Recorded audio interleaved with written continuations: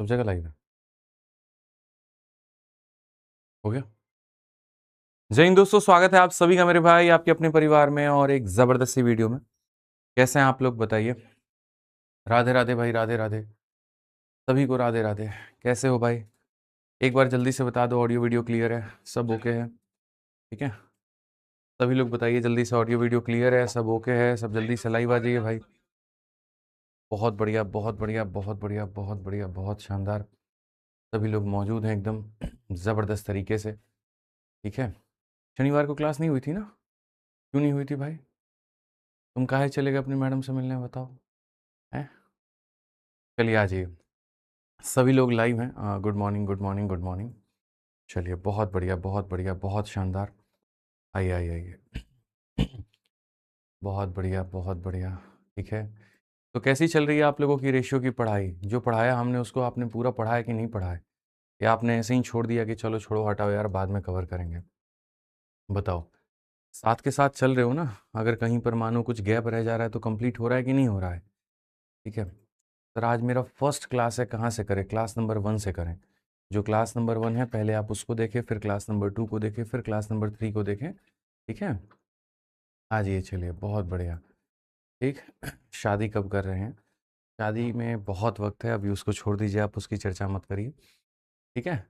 बहुत बढ़िया। तो अभी हम लोग रेशियो में जो पढ़ रहे थे वो concept of addition and concept of subtraction पढ़ रहे थे। आज हम लोग पहले इसको बढ़िया तरीके से कुछ सवाल जो है हमारे वो ख़त्म करेंगे। फिर उसके बाद में रेशियो में एक सवाल जो आता है वो आपका आता है ये वाला क्वेश्चन, पास और फेल वाला दोस्तों। ठीक है ना? कि यहाँ पर जो पास और यहाँ पर जो फेल है उनके क्वेश्चंस को हम लोग बनाएं और बहुत तरीके से यहाँ पर बनाएं। ठीक। 82 क्वेश्चन नहीं कराया, कोई बात नहीं, बाद में करवा देंगे। उसके लिए कोई बहुत बड़ी बात नहीं है, कोई क्वेश्चन छूटेगा नहीं। बाद में मुझे याद दिला दीजिएगा, हम लोग उसको कर लेंगे कवर। तो आइए चलिए आज के सेशन की शुरुआत करते हैं प्रश्न संख्या 117 के साथ में। और सोमवार का दिन है तो उम्मीद करते हैं कि आपकी भी जो जोश होगी, ऊर्जा होगी, एनर्जी होगी, वो भी अपने पीक लेवल पर होगी। एक अच्छे सीखने के भावना से आप भी क्लास में आए होंगे और आज बहुत कुछ सीख करके जाएंगे। ठीक है। आइए चलिए तो पढ़ते हैं। सबसे पहला सवाल यहाँ पर, monthly salary of Anil and Kumud are in the ratio 19:17। If Anil and Kumud get a salary hike of 2000 और 1000, the ratio of their salary become 8:7। What is the present salary of Kumud after the increase? अब देखो, इस क्वेश्चन को बनाने के मैंने 3 तरीके बताए थे। सबसे पहला वाला तरीका मैंने बेसिक बताया था। दूसरा वाला तरीका मैंने आपको मेरे भाई यहाँ पर जो है वो डिफरेंस वाला बताया था। तीसरा हमने क्रॉस मल्टीप्लिकेशन बताया था। तो ऐसे सवालों में कभी भी जो हम लगाते हैं वो क्रॉस मल्टीप्लिकेशन, कि भाई दो लोगों की जो सैलरी है वो इंक्रीज होने के पहले यहाँ पर इतना था, इतने इतने का हमने इंक्रीज किया है और उसके बाद में सैलरी हमारी इतनी हो गई है। तो हम यहाँ पर क्या करें? तो हमने यहाँ पर कहा जी देखिए, दो बातें, एक अनिल है हमारे आगे और दूसरा कौन सा है? तो दूसरा हमारे आगे कुमुद है। एक अनिल है और दूसरा हमारे आगे कुमुद है। और अगर हम देखें तो अनिल और कुमुद के जो सैलरी का रेशियो है 19:17 है। क्या हो जाएगा मेरे भाई? यहाँ पर 19:17 हो जाएगा। हाइक होने के बाद में यहाँ पर ये हो जाएगा 8:7। क्या हो जाएगा? 8:7 मेरे भाई। तो अनिल और कुमुद की जो सैलरी है वो इस अनुपात में है। हाइक होने के बाद में यहाँ पर ये इस अनुपात में है। और हाइक जो मिला है वो कितने का मिला है? तो यहाँ पर इस पे 2000 का और यहाँ पर इस पे जो है वो 1000 का। समझ में आ गया बात? यहाँ पर इनका वेतन इस अनुपात में है और दोनों को अगर 2000 रुपये की वृद्धि होती है तो जो उनका वेतन होता है वो 8 और 7 के अनुपात में हो जाता है। वृद्धि के बाद में यहाँ पर क्या होगा आपको ये बताना है। तो सबसे पहले अगर हम देखेंगे तो हम इन दोनों के प्रोडक्ट से डिफरेंस लेंगे। इन दोनों का क्या लेंगे दोस्तों? हम यहाँ पर डिफरेंस लेने वाले हैं। तो अगर हम डिफरेंस लेंगे तो यहाँ पर क्या होगा? प्रेजेंट सैलरी क्या होगा? देखो, 8 × 7 56 आपके सामने इतना। 8 × 8 = 5, मतलब 17 × 8 = 136 भी होता है। आप सीधा सीधा मेरे भाई यहाँ पर ये भी कह सकते हो। और इन दोनों का प्रोडक्ट 7×9 = 63 का 3, ठीक है। और 7 × 1 = 6 = 13, 133 होता है। तो आप बताइए इन दोनों का जो डिफरेंस है वो कितना यूनिट है मेरे दोस्त? तो बोलेंगे गुरुजी 3 यूनिट है। ठीक है, बहुत लोगों के आंसर आ रहे हैं, बहुत बढ़िया बात है। तो क्रॉस मल्टीप्लिकेशन में क्या होता है कि सामने सामने के प्रोडक्ट का जो डिफरेंस होता है वो हम लेते हैं। तो एक तरफ में आपको 136 मिला, एक तरफ में आपको 133 मिला। 136 में से 133 गया तो कितना यूनिट हो जाएगा? 3 यूनिट हो जाएगा। कितना यूनिट हो जाएगा? 3 यूनिट हो जाएगा। अब उसके बाद में अगर आप देखेंगे तो 2000 का 7 × 14000 होता है और 1000 का 8 × 1000 होता है। 14000 में से 8000 गया तो मेरे भाई यहाँ पर 6000 हो जाएगा। तो 3 यूनिट का मान अगर 6000 हो जाएगा तो 1 यूनिट का मान कितना हो जाएगा? 2000। 1 यूनिट का मान कितना हो जाएगा 2000। 1 यूनिट का मान कितना हो जाएगा मेरे दोस्त 2000 हो जाएगा। ठीक है, अब लोग यहाँ पर क्या करते हैं, क्वेश्चन में यहाँ पूछा गया वृद्धि के बाद में कुमुद का वर्तमान वेतन। तो मैं आपको बता रहा हूँ दो तरह का वेतन होता है। पहला वेतन यहाँ पर ये होता है वृद्धि के पहले और ये होता है वृद्धि के बाद में, ऐसा आपको लगता है और इसीलिए आप गलती कर देते हो। आप 1 यूनिट का मान 2000 निकालते हो तो ये 38,000 और ये 34,000 बिल्कुल भी सही है, कोई दिक्कत की बात नहीं है। लेकिन ये 16,000 और ये 14,000 नहीं हो सकता। खुद ही सोचो, किसी इंसान की सैलरी अगर 38,000 है तो वृद्धि के बाद में 16,000 कैसे हो सकता है। इसका मतलब आप कभी भी यहाँ पर ये वाला क्रॉस मल्टीप्लिकेशन में इस रेशियो को आप डायरेक्ट नहीं निकालोगे, ये हो जाएगा आपका ओल्ड और आपको ओल्ड ही निकालना पड़ेगा। 1 यूनिट का मान बच्चों 2000 है, तो अगर 1 यूनिट का मान मेरे भाई यहाँ पर 2000 है तो कुमुद भाई की सैलरी कितनी है, तो यहाँ पर 1 यूनिट का मान 2000 तो 17 यूनिट का मान कितना 34,000। कितना मेरे भाई यहाँ पर 34,000 और 34,000 के सैलरी में 34,000 के सैलरी में 1,000 का इंक्रीज, तो यानी सैलरी कितनी हो जाएगी 35,000 हो जाएगी। तो आफ्टर इंक्रीज कितना हो जाएगा, तो आफ्टर इंक्रीज 35,000 हो जाएगा। ऑप्शन नंबर जो डी होगा वो करेक्ट आंसर होगा। जितने भी साथी हमारे ऑप्शन नंबर डी आंसर दे रहे हैं बिल्कुल सही उत्तर दे रहे हैं, कहीं पर कोई दिक्कत की बात नहीं है, कहीं कोई परेशानी की बात नहीं है। क्लियर है ये बात, यहाँ कोई दिक्कत की बात है, कोई परेशानी की बात है तो बताइए। तो ये छोटी सी बात है जो आपको समझने की आवश्यकता है, जो आपको सीखने की आवश्यकता है।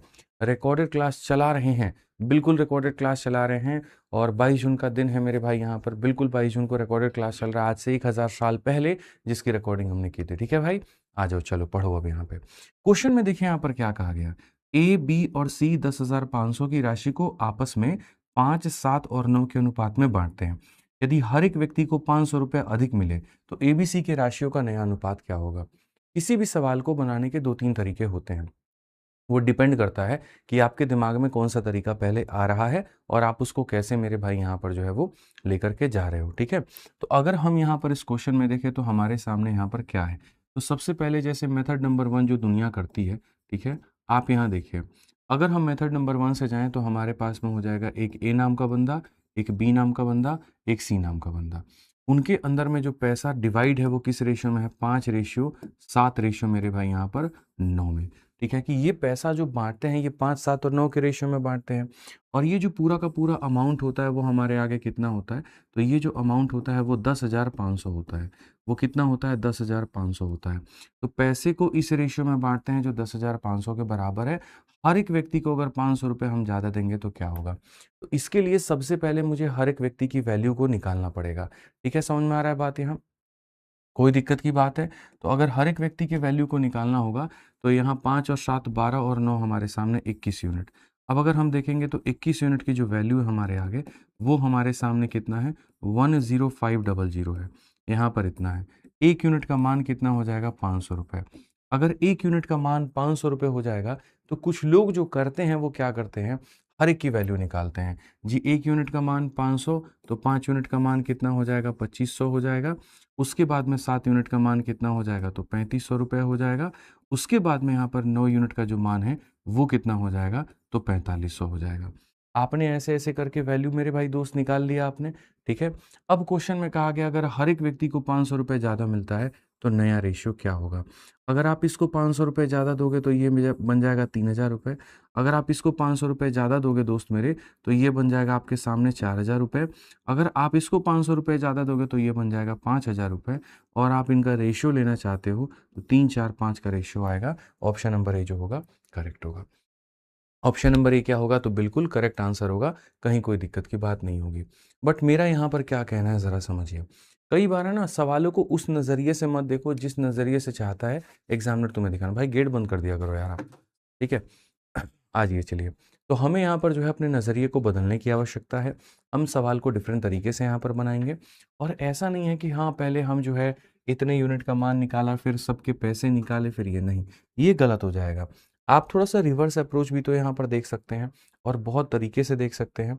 अगर आपने मान लीजिए क्वेश्चन के अंदर में ये बात को देखा, अगर आपने सवाल के अंदर में ये बात को आपने महसूस किया और आपने यहाँ पर क्या महसूस किया मुझे ये बताइए। अगर आपने सवाल के अंदर में ये बात को देखा कि भैया 21 यूनिट का मान इतना तो 1 यूनिट का मान कितना हो जाएगा, तो 1 यूनिट का मान जो होगा वो हमारे सामने 500 हो जाएगा। 1 यूनिट का मान कितना हो जाएगा 500। तो हम उल्टा ये भी तो कह सकते हैं, मोहित कुमार कह रहे हैं वॉइस डबल आ रहा है, डबल कुछ भी नहीं आ रहा भाई, ठीक है, तुम्हारे फ़ोन में खराबी है, सारे बच्चों को आवाज़ सही आ रही है, अपना चेक करो तुम, ठीक है। तो 1 यूनिट का मान अगर 500 है तो हम यहाँ पर उल्टा ये भी तो कह सकते हैं कि 500 का मान 1 यूनिट है। आप समझ रहे हैं मेरी बात को यहाँ पर? ठीक है, 500 का मान कितना है तो मेरे भाई यहाँ पर 1 यूनिट है। भाई वॉइस बढ़ा दो, बच्चों का कहना है, वहाँ से बढ़ा दो, गोल वाले से वहाँ से। ठीक है, तो 500 का मान कितना हो गया? 1 यूनिट हो गया। हम ये भी कह सकते हैं 1 यूनिट का मान 500, तो 500 का मान 1 यूनिट। ठीक, तो क्वेश्चन में हमसे कहा गया अगर हर एक किसी को 500 रुपये ज़्यादा मिले, अगर इसको 500 रुपये ज़्यादा मिले, इसको 500 रुपये ज़्यादा मिले, इसको 500 ज़्यादा मिले, तो 500 ज़्यादा मिलने का मतलब 1-1 यूनिट ज़्यादा मिलना। तो अगर हम देखेंगे तो हम यहाँ पर कहेंगे इसको 1 यूनिट ज़्यादा मिलेगा, तो इसको 1 यूनिट ज़्यादा मिलेगा तो इतना हो जाएगा, इसको 1 यूनिट ज़्यादा मिलेगा तो इतना हो जाएगा, और इसको 1 यूनिट ज़्यादा मिलेगा तो इतना हो जाएगा। और आप चाहो तो इनका रेशियो ले सकते हो 3:4:5 में, 3:4:5 में, 3:4:5 में। क्लियर हो गया ये बात यहाँ पर? तो हमें ये वो गलत काम करने की ज़रूरत नहीं है कि पहले हम यहाँ पर पैसा है तो सबकी वैल्यू पैसे में निकालेंगे, सबको पैसे में जोड़ेंगे, ये सब काम नहीं करना, बिल्कुल भी नहीं करना, दूर-दूर तक नहीं करना। हम उल्टा ये भी कर सकते हैं कि 1 यूनिट अगर 500 है तो 500 भी 1 यूनिट है। अगर मुझे 500 बढ़ाना है तो मैं 1 यूनिट बढ़ाऊँगा, अगर मुझे 1000 बढ़ाना है तो मैं 2 यूनिट बढ़ाऊँगा, अगर मुझे 1500 बढ़ाना है तो मैं 3 यूनिट बढ़ाऊँगा, और इस थॉट के साथ में हम यहाँ पर जा सकते हैं। ठीक है, क्लियर है ये बात? चलिए आ जाइए नेक्स्ट क्वेश्चन का आंसर फटाफट सारे के सारे लोग यहाँ दीजिए। बहुत ही प्यारा सवाल है, देखते हैं सबसे पहले आंसर कौन देता है। PQR 12,600 की राशि को आपस में 2, 3 और 4 के अनुपात में बांट लेते हैं। हर एक व्यक्ति को 600 रुपये अधिक मिलेगा तो PQR का नया अनुपात क्या होगा? आप यहाँ देखिए PQ और R की अगर हम बात करते हैं तो भैया PQR वाली कहानी यहाँ पर क्या है? तो PQR की जो कहानी है वो अनुपात है 2:3:4। ठीक है, और ऐसे में अगर हम देखेंगे तो पूरा जो है वो कितना यूनिट है? 9 यूनिट है, और 9 यूनिट का मान यहाँ कितना दिया गया है सवाल में? तो 12,600 दिया गया है। 9 यूनिट का मान 12,600, 1 यूनिट का मान यहाँ पर कितना? 1400, 1 यूनिट का मान 9 एकम 9 1400, 1 यूनिट का मान कितना? 1400, और अगर 1 यूनिट का मान 1400 है, ठीक है, अब यहाँ पर क्या होगा आपको ये पता करना है कि अगर हर किसी में हम 600 बढ़ाते हैं तो क्या होगा? अब तुम यहाँ डायरेक्टली नहीं जा सकते, ठीक है, या तो तुम ऐसे रिलेट करो कि 1400 का मान 1 यूनिट है तो 600 का मान कितना यूनिट होगा, और उतना उतना यूनिट सब में जोड़ दो। नहीं तो मेरे भाई वापस वही तरीका कि भैया सबकी वैल्यू को निकाल करके तब 600 जोड़ करके और तब रेशियो निकाल दो। ठीक है, तो कोई दिक्कत नहीं है, आपको जैसे समझ में आप वैसे जा सकते हैं। तो आप यहाँ पर ये कहेंगे गुरुजी देखिए 1 यूनिट का मान हमारे सामने कितना आ गया? 1400, 2 यूनिट का मान हमारे सामने हो जाएगा 2800, 3 यूनिट का मान कितना हो जाएगा मेरे भाई यहाँ पर? 4200, 4 यूनिट का मान कितना हो जाएगा? 5600। ठीक है, क्वेश्चन में हमारे सामने साफ तौर पर कहा है हर एक किसी के अंदर में आप 600 अगर बढ़ा दें तो क्या होगा? इसमें 600 बढ़ा देंगे तो यहाँ पर ये हो जाएगा, उसमें 600 बढ़ा देंगे तो हमारे सामने यहाँ पर ये हो जाएगा, और अगले में 600 बढ़ा देंगे तो हमारे सामने ये हो जाएगा। आप अगर देखेंगे बहुत तरीके से तो यहाँ पर कहेंगे जी 2 से 17 हो गया, 2 से 24 हो गया, और 2 से 31 हो गया। 17, 24, 31 ऑप्शन नंबर ए जो है वो करेक्ट आंसर है। 17, 24 और 31 ऑप्शन नंबर ए जो है वो करेक्ट आंसर। 17, 24 और 31 ऑप्शन नंबर ए जो है वो करेक्ट आंसर है। क्लियर है ये बात? यहाँ कोई दिक्कत की बात है, कोई परेशानी की बात है तो बताइए। ठीक, आ जाइए चलिए, अब ये सारे सवाल तो बेसिक वाले आप लोग समझ गए। ठीक है, अब हम आगे बढ़ते हैं और आगे वाले क्वेश्चंस को हम लोग देखते हैं। ठीक है, यहाँ पे आइए चलिए सवालों को पढ़ते हैं। A student in 3 batches of a dance class are in the ratio of 2:3:5। ठीक, यहाँ पर अगर हम देखेंगे तो हमारे सामने बच्चे इस अनुपात में हैं। 20 student are added to each of the batches, the ratio changes to मेरे भाई यहाँ पर इतना। तो ये रेशियो जो है ये बदल करके कहाँ तक पहुँच जाता है? ये रेशियो हमारे सामने इतना बदल जाता है। Total number of student in 3 batches before the increase. दोस्त मेरे इसमें 2 तरह के सवाल होते हैं जो तुम लोगों को नहीं पता है। पहला वाला जो क्वेश्चन होता है वो क्या होता है? देखो मैं बताता हूँ। एक नृत्य कक्षा के 3 बैच में छात्रों का जो अनुपात है, भाई छात्र हमारे सामने 2:3 अनुपात कितना होते हैं? 5 होते हैं, और प्रत्येक के बैच में 20 छात्र बढ़ाने के बाद में आपने इसमें 20 बढ़ा दिया, आपने इसमें 20 बढ़ा दिया, और आपने इसमें 20 बढ़ा दिया, और 20 बढ़ाने के बाद में जो अनुपात आएगा वो 4:5:7 हो जाएगा। हर एक जगह पर आपने कितना बढ़ाया? 20 बढ़ाया। हर एक जगह पर आपने कितना बढ़ाया, 20 बढ़ाया। तो हर एक जगह पर 20 बढ़ाने के बाद में यहाँ पर ये हमारे सामने अनुपात हो जाएगा। तो वृद्धि से पहले 3 बैचों में छात्रों की कुल संख्या, ये वृद्धि हुई है, इसके पहले यहाँ तीनों बैचों में छात्रों की टोटल एक संख्या हमारे सामने कितनी है, हमसे यहाँ पर ये पूछा गया है। ठीक है। अब अगर हम यहाँ पर देखें तो देखो 2 तरह का सवाल होता है। आपने हर बच्चे में कितना बढ़ाया है? देखिएगा, फ़ोकस करिएगा। तो आप कहेंगे गुरुजी देखिए, हमने इसमें भी यहाँ पर 20 बढ़ाया, हमने यहाँ पर भी 20 बढ़ाया और हमने यहाँ पर भी 20 बढ़ाया। तो देखो वैल्यू का बढ़ना सेम है, तो यूनिट भी देखा करो कि क्या हर जगह बराबर यूनिट बढ़ा है? तो आप बोलोगे जी हाँ गुरुजी देखिएगा, 2 यूनिट में कितना जोड़ा गया? तो 2 यूनिट जोड़ा गया। ऐसे ही यहाँ 3 में कितना जोड़ा गया? तो 2 जोड़ा गया। ऐसे ही 5 में कितना जोड़ा गया? 2 यूनिट जोड़ा गया। तो यानी 20 बढ़ रहा है तो 2-2 यूनिट बढ़ रहा है, तो कोई दिक्कत नहीं है। मैं अब आपको यहाँ पर एक बात बताता हूँ, देखिए क्या होता है असल में क्वेश्चन में। एक तो ये वाला क्वेश्चन हो जाता है, दूसरा क्वेश्चन यहाँ पर क्या होता है, ठीक है? यहाँ पर कि जिसमें आपका यूनिट सेम नहीं बदलता है। अगर आप यहाँ देखेंगे तो जैसे यहाँ देखिए, इसमें आपने क्या किया, हर किसी में 4 किलो बढ़ाया है, लेकिन यहाँ 2 यूनिट बढ़ा है, यहाँ पर मेरे भाई 3 यूनिट बढ़ा है और यहाँ 4 यूनिट बढ़ा है। तो ये 2 तरह के क्वेश्चन पिछले 2 सालों के अंदर में आए हुए थे। बच्चों को सिर्फ़ और सिर्फ़ एक ही टाइप का क्वेश्चन पता था, और जब एक ही टाइप का पता था तो वो सिर्फ़ बना कर के भी आए तो उसी को आए और वहीं पर हो गई उनसे गलती। तो ये आपको नहीं करना है पेपर में, ठीक है? अभी तो रेशियो मैंने शुरू किया, अभी आप देखो बहुत अच्छे-अच्छे लेवल के क्वेश्चंस हैं, बढ़िया-बढ़िया टाइप है, बढ़िया-बढ़िया कांसेप्ट है और आपको सब सीखना है सिलेक्शन के लिए। तो 4 कांसेप्ट सीख करके सोचो सिलेक्शन हो जाएगा, तो ये संभव नहीं है, ठीक है? तो जैसा मैंने आपको बच्चों यहाँ पर बताया, तो मैं साफ तौर पर यहाँ बात कर पाऊँ आप लोगों से, तो मैं ये बात कह सकता हूँ कि हर किसी में 2-2 यूनिट हमारा बढ़ा है और वैल्यू भी इतनी बढ़ी है। तो यहीं से हम लोग एक रिलेशन निकाल सकते हैं कि 2 यूनिट का मान ही 20 है। तो अगर 2 यूनिट का मान 20 है तो 1 यूनिट का मान कितना हो जाएगा? 10 हो जाएगा। और अगर 1 यूनिट का मान 10 हो जाएगा, तो क्वेश्चन में कहा गया वृद्धि से पहले तीनों बैचों में छात्रों की कुल संख्या, ठीक है? तो 1 यूनिट का मान 10 है, तो यहाँ पर ये है 20 छात्र, यहाँ पर है 30 छात्र और यहाँ पर है 50 छात्र। तो टोटल हमारे सामने कितना है? तो टोटल हमारे सामने 100 छात्र है, और 100 छात्र है तो कौन सा ऑप्शन है? ऑप्शन नंबर जो बी है वो करेक्ट आंसर है। ऑप्शन नंबर जो बी है मेरे भाई यहाँ पर वो करेक्ट आंसर है। क्लियर है एक बात? बहुत शानदार। जितने लोग ऑप्शन नंबर बी को यानी 100 आंसर बता रहे हैं, बिल्कुल सही बता रहे हैं। ठीक है, ये दिखा रहा है कि आप एकदम रेगुलर है और पढ़ रहे हैं। आज मुझे बहुत दुख है यहाँ पर कि काफ़ी सारे बच्चे अभी 10:30 हो गया और अभी तक वो क्लास में नहीं आए हैं।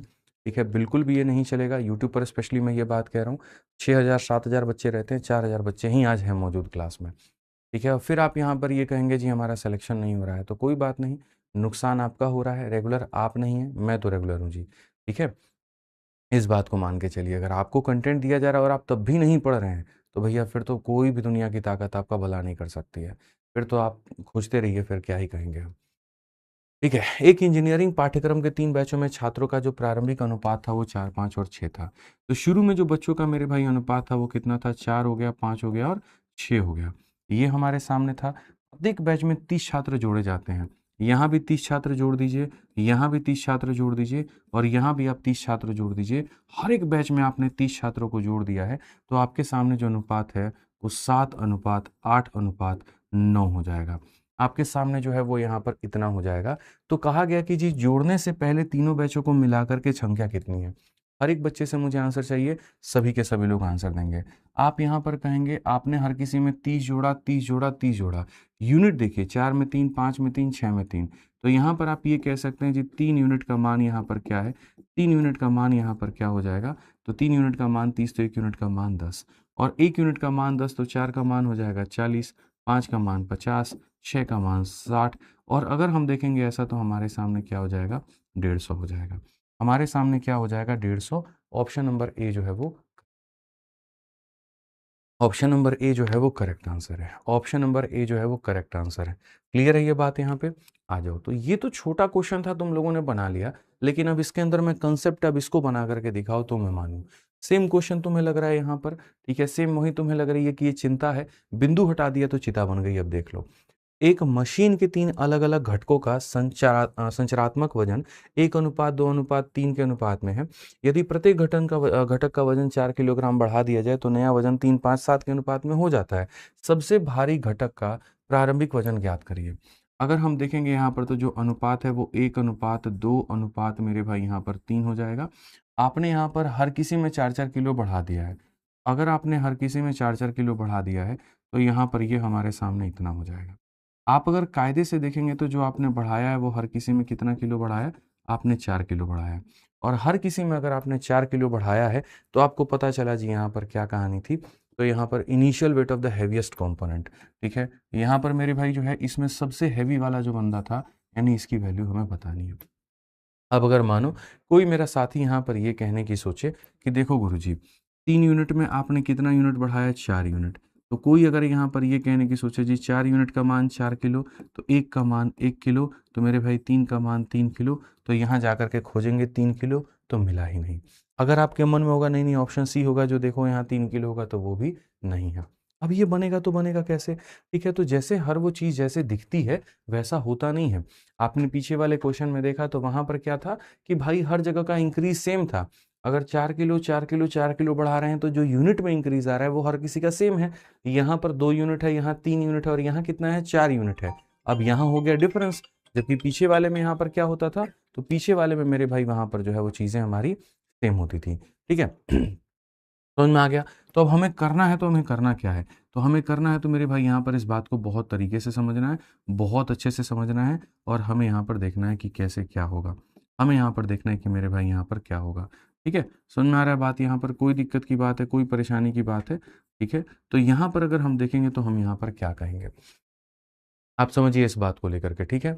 अब इसमें हम करेंगे तो कैसे करेंगे, क्या हमारा तरीका होगा इस सवाल को बनाने का? तो यदि अगर हम इस सवाल को बनाने की बात करते हैं तो यहाँ पर अगर आप देखेंगे तो बोलेंगे जी यहाँ पर क्या होता है, तो यहाँ पर इन दोनों का गैप कितना होता है? 1 यूनिट। इन दोनों का गैप कितना है मेरे भाई? 1 यूनिट। ठीक है, मैं आपको डिफरेंट तरीका एकदम दे रहा हूँ बनाने का, आप उसको देखिए, ठीक। और वहीं पर जब आप यहाँ पर गैप देखेंगे तो क्या हो जाएगा? 2 यूनिट, और यहाँ गैप देखेंगे तो क्या हो जाएगा? 2 यूनिट। तो याद करिए, मैंने एक छोटी सी बात आप लोगों को सिखाया था। मैंने ये सिखाया था कि अगर आज मेरा छोटा भाई मेरे से 2 साल छोटा है, तो यकीन मानिए कई सालों के बाद में भी मेरे से वो 2 साल छोटा ही रहेगा। यानी मेरे और उसके उम्र में जो गैप होगा वो हमेशा कितने का होगा बच्चों? 2 यूनिट का होगा। तो अगर यहाँ पर इन 2 संख्याओं में मेरे भाई 2 यूनिट का अंतर है, इनके अंदर में 2 यूनिट का अंतर है, ऐसे मान के चलिए, तो इसको जितना बढ़ाएँगे, जैसे मानो कोई संख्या सपोज़ करो 10 है और कोई संख्या 12 है, ठीक है? यहाँ पर इनके में कितने का गैप है? 2 का गैप है। अगर मैं इसमें भी 5 बढ़ाऊँ और इसमें भी 5 बढ़ाऊँ, तो 5 बढ़ाने के बाद ये 15 हो जाएगा, और 5 बढ़ाने के बाद में 17 हो जाएगा, ठीक है? तो यहाँ पर आप गैप देखोगे तो अभी भी गैप कितना रहेगा? 2 यूनिट रहेगा। तो मेरा यहाँ पर ये कहना है कि जब 2 लोगों में इक्वल इंक्रीज़ हो जाए या 2 लोगों में इक्वल डिक्रीज़ हो जाए, तो जितने का गैप होता है नीचे भी बाद में भी गैप क्या रहता है? उतने का ही रहता है। आप चाहे कुछ भी कर लीजिए, कोई फ़र्क नहीं पड़ता है।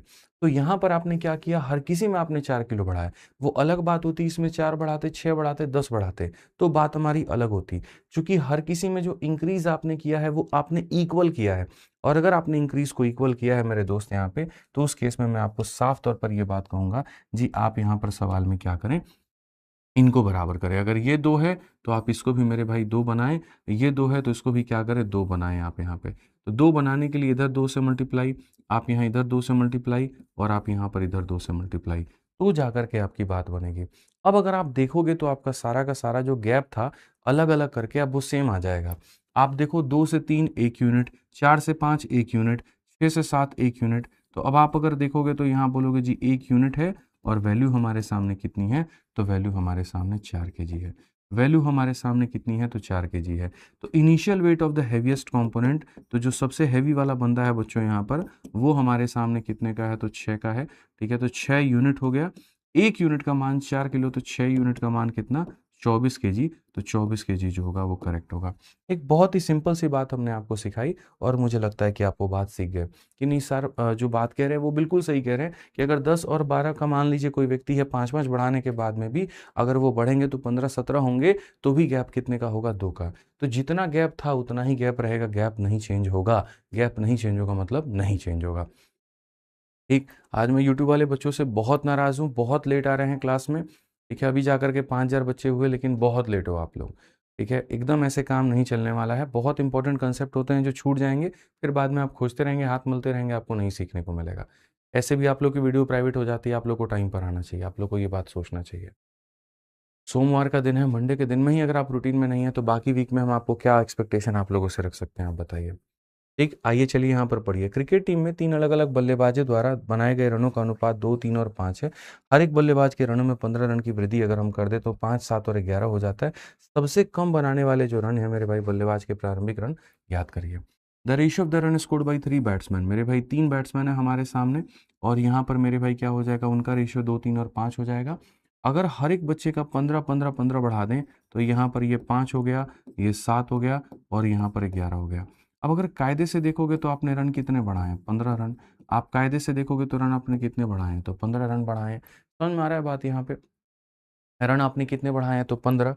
अब जब रन आपने 15 बढ़ाए हैं तो मेरे भाई यहाँ पर सब में इंक्रीज सेम है, तो ये वाला इंक्रीज कितना यूनिट है बताना, 2 में 3 यूनिट है, ये वाला कितना है 4 है और ये वाला कितना है 6 है। ये अच्छा लग रहा है आपको, बताओ।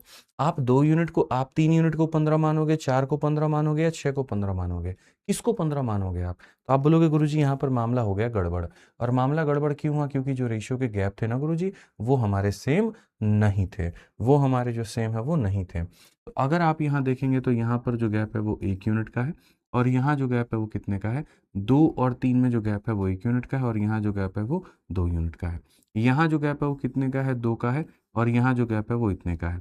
यानी अगर हम सीधा-सीधा करेंगे तो इसी का ये डबल गैप है। 1 का डबल ये हो गया, 2 का डबल कितना हो गया, 4 हो गया। तो अगर मुझे यहाँ पर इसको सही करना है तो मुझे गैप को क्या करना पड़ेगा, सेम करना पड़ेगा। और अगर मुझे सेम करना पड़ेगा तो जैसे ये 2 है तो मुझे इसको भी 2 बनाना पड़ेगा।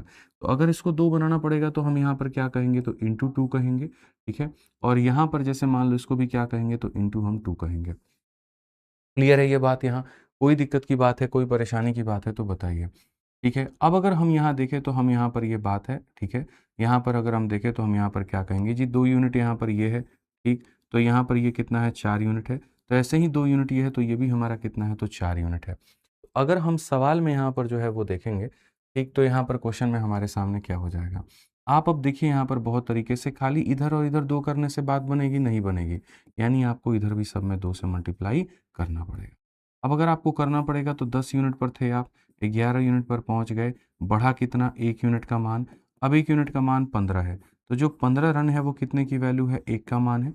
और हमसे क्वेश्चन में कहा गया स्कोर द फ्यूएस्ट रन, सबसे कम किसने बनाया, तो 4 बनाया। तो यहाँ पर क्या हो जाएगा, 60 हो जाएगा।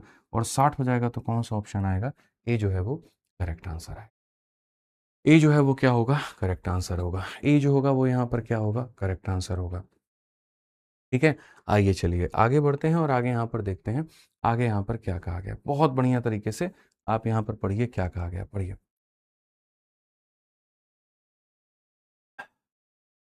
ठीक है, आप लोग इस सवाल को पढ़िए। क्वेश्चन में क्या है, 3 कक्षाओं में छात्रों का अनुपात 3, 7 और 8 का है।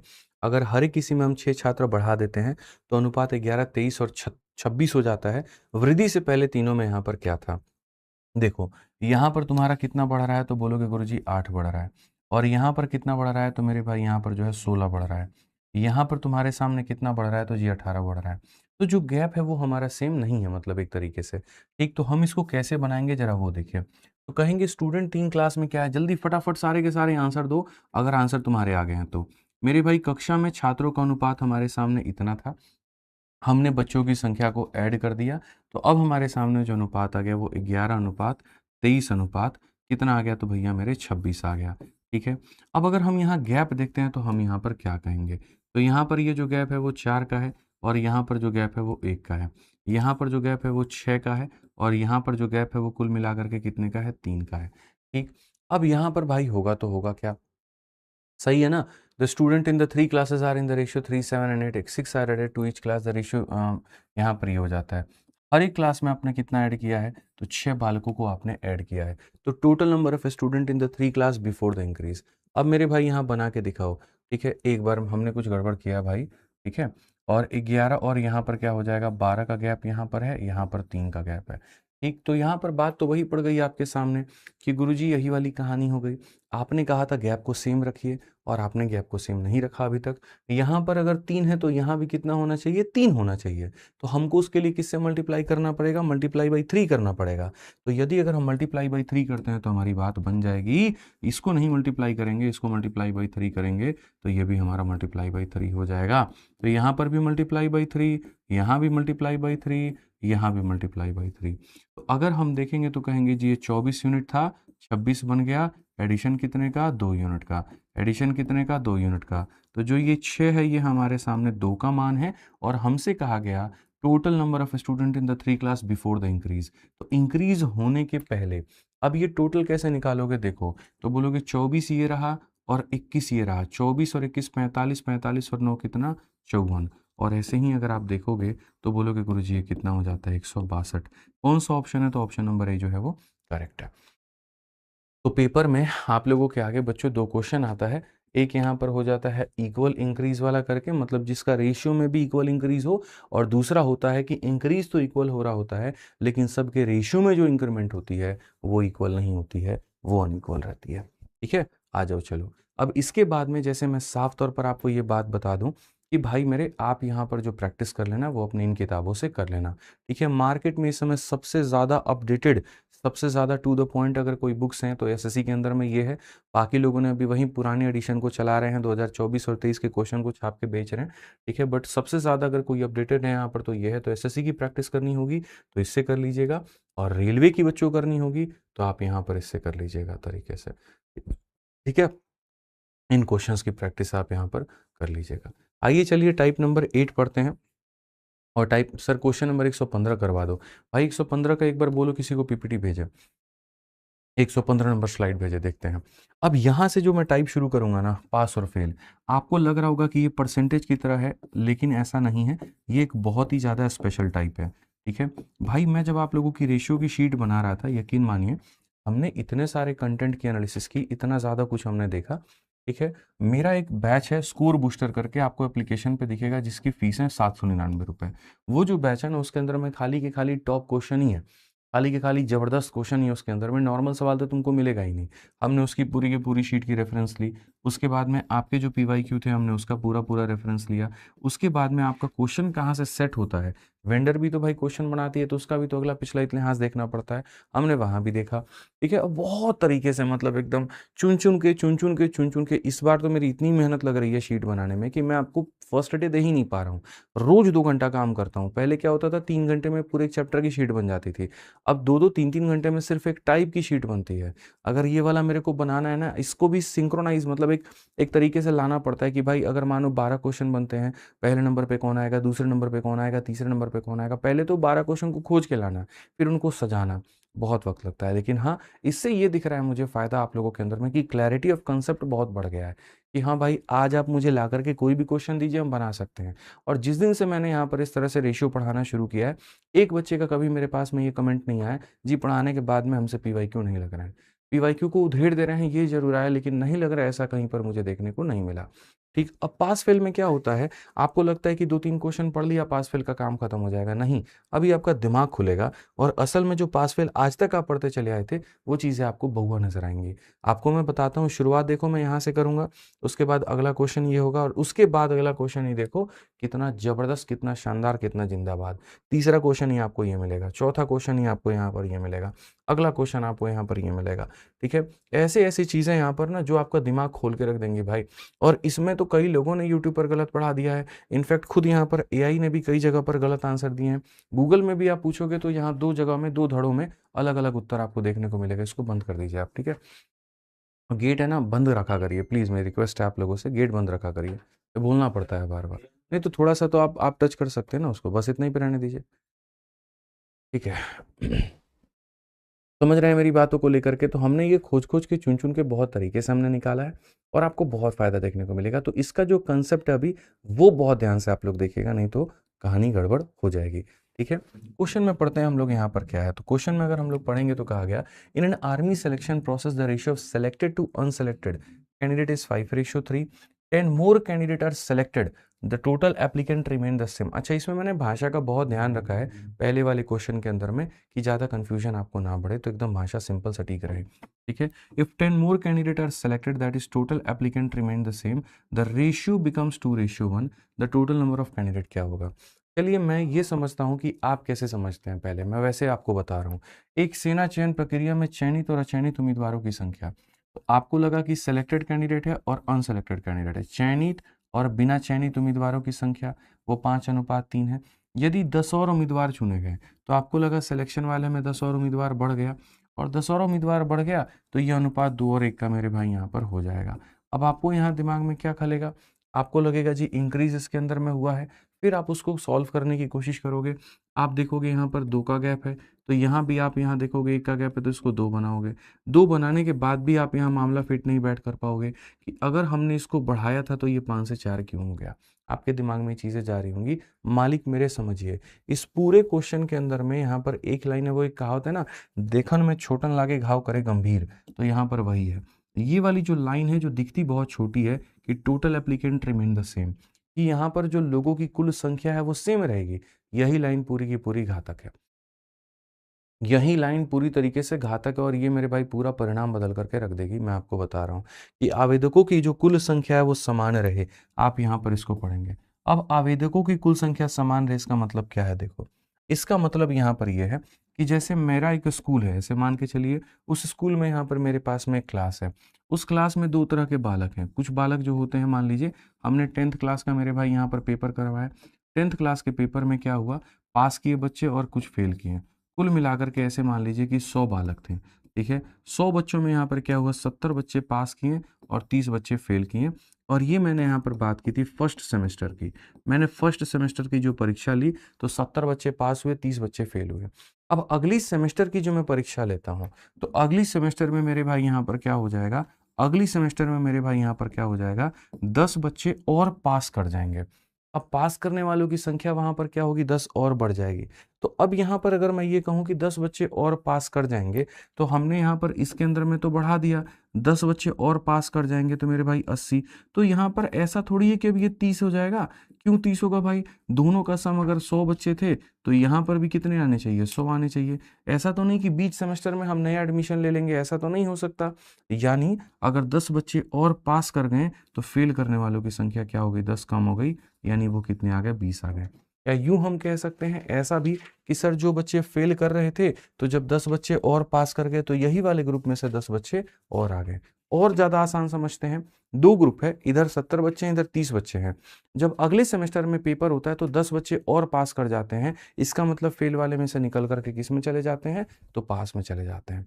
तो जब भी टोटल नंबर, देखो 2 सिचुएशन बनती है, 2 केसेस बनते हैं, और पास फेल में जिस बच्चे ने ये 2 केस को नहीं समझा वो जीवन भर परेशान रहेगा, वो जीवन भर दुखी रहेगा। वो 2 केस क्या होता है, पहला, अगर कोई नया एडमिशन नहीं है, अगर कोई नया एडमिशन नहीं है और यहाँ पर बच्चा पास कर रहा है, जैसे मानो यहाँ पर 70 बच्चे पास हो रहे थे, 30 बच्चे फेल हो रहे थे, अब 10 और बच्चे अगर पास हो जाते हैं और नया एडमिशन नहीं है तो पास में प्लस होगा, फेल में माइनस होगा।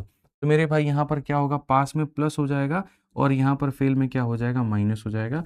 और ये कौन सा केस है, तो यहाँ पर ये वो केस है जहां पर 2 बातें कह सकते हैं, या तो ये कह सकते हैं कि टोटल जो रहेगा वो आपका सेम रहेगा, ठीक है, या फिर आप यहाँ पर कह सकते हो कि नो न्यू एडमिशन, कहीं पर कोई भी नया एडमिशन नहीं है, कहीं पर कोई भी नया एडमिशन नहीं है। तो वैसे केस में आप यहाँ पर ये कहोगे, आप इसमें जितना बढ़ाओगे इतना उसमें कम होगा।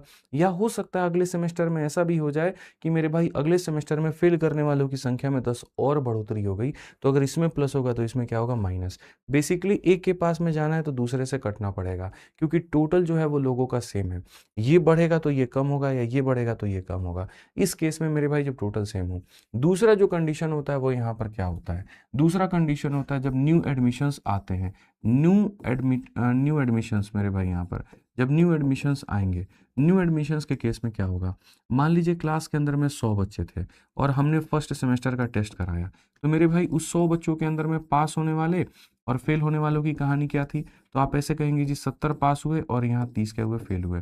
अगले सेमेस्टर में बाहर से 20 बच्चे आते हैं और 20 बच्चे आने के बाद में अब ये टोटल हमारा कितना हो जाता है, इतना, और जो 20 बच्चे आते हैं मेरे भाई वो आकर के सीधा सीधा पेपर को क्या कर जाते हैं, पास कर जाते हैं, ठीक है। बाहर से 20 बच्चे आते हैं और आकर के सीधा सीधा पास कर जाते हैं, तो यहाँ 70 में 20 जोड़ दो तो 90 हो जाएगा, 120 में अगर ये 90 है तो ये कितना हो जाएगा, इतना। तो उस केस में आपने यहाँ पर क्या देखा, उस केस में आपने यहाँ पर देखा कि वैल्यू तो इसकी बढ़ी है लेकिन इसमें कमी नहीं हुई है। यानी अगर मैं सीधा सीधा बात करूँ 2 केसेस को समझाने का, तो अगर यही 2 ग्रुप है, इसमें 70 बालक है, इसमें 30 बालक हैं, तो अगर यहाँ पर मान लीजिए एक्स्ट्रा पास होते हैं तो इसी में से निकल करके आते हैं।